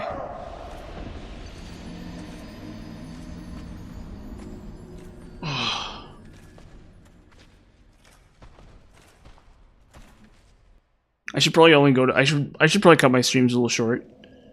Instead of streaming to, like, 3 hours and 30 minutes, I might actually only stream for, like, 3 hours. I don't want... I don't know. Anyone, like, dying for some more stream? Anyone like saying to themselves, like, I need your stream right now, this exact second? Or am I cool to end stream? Because I can go for a little bit longer too. Yeah, whatever. I'll just end stream in a couple minutes here. But thanks everyone for chatting and showing up. It's been actually a ton of fun. It's been like a huge amount of fun. I feel like this stream in particular has been like really fun for me personally. And what was I saying? Yeah, thank you. I don't want to wear you guys out. I don't want you guys to be like sitting here for like 5 hours, you know. But you know, it's on my end though. It's one of these things where it's like, I'm like, I gotta get through this game, you know. Well, I'll open up this door. We'll get the key. We'll get the key, and then I'll probably end stream. We'll get that key first.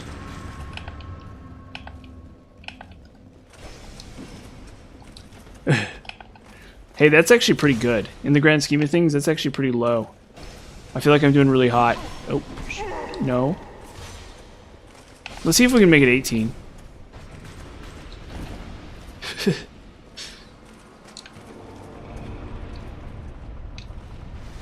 Nah, no luck. No luck. 17. Wait. Let's see. Where's a good place to quit out?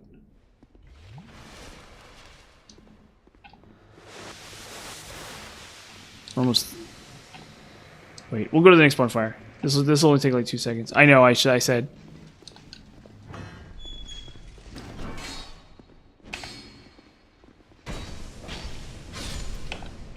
That'd be pretty funny to do. Not that I'm going to do it. Well, we'll hit next bonfire. I'm like constantly like, no. Let's actually call it right now. I'll call it right now. Thank you, everyone, once again. It's been a huge amount of fun. And I'll probably stream tomorrow. I don't know. I might take a day off to go see a movie in the afternoon. And then I won't be here Saturday, no matter what. So if I take tomorrow or Friday off, I definitely will not be here Saturday. I have to volunteer, or I'm volunteering at the movie theater, or that's when I like scheduled to volunteer or whatever at the movie theater. So I definitely won't be there that day. But have a good night, everybody, and thanks for watching. And hopefully I'll see you guys at some point in the future. Yeah, Saturday I won't be here. So thanks for watching.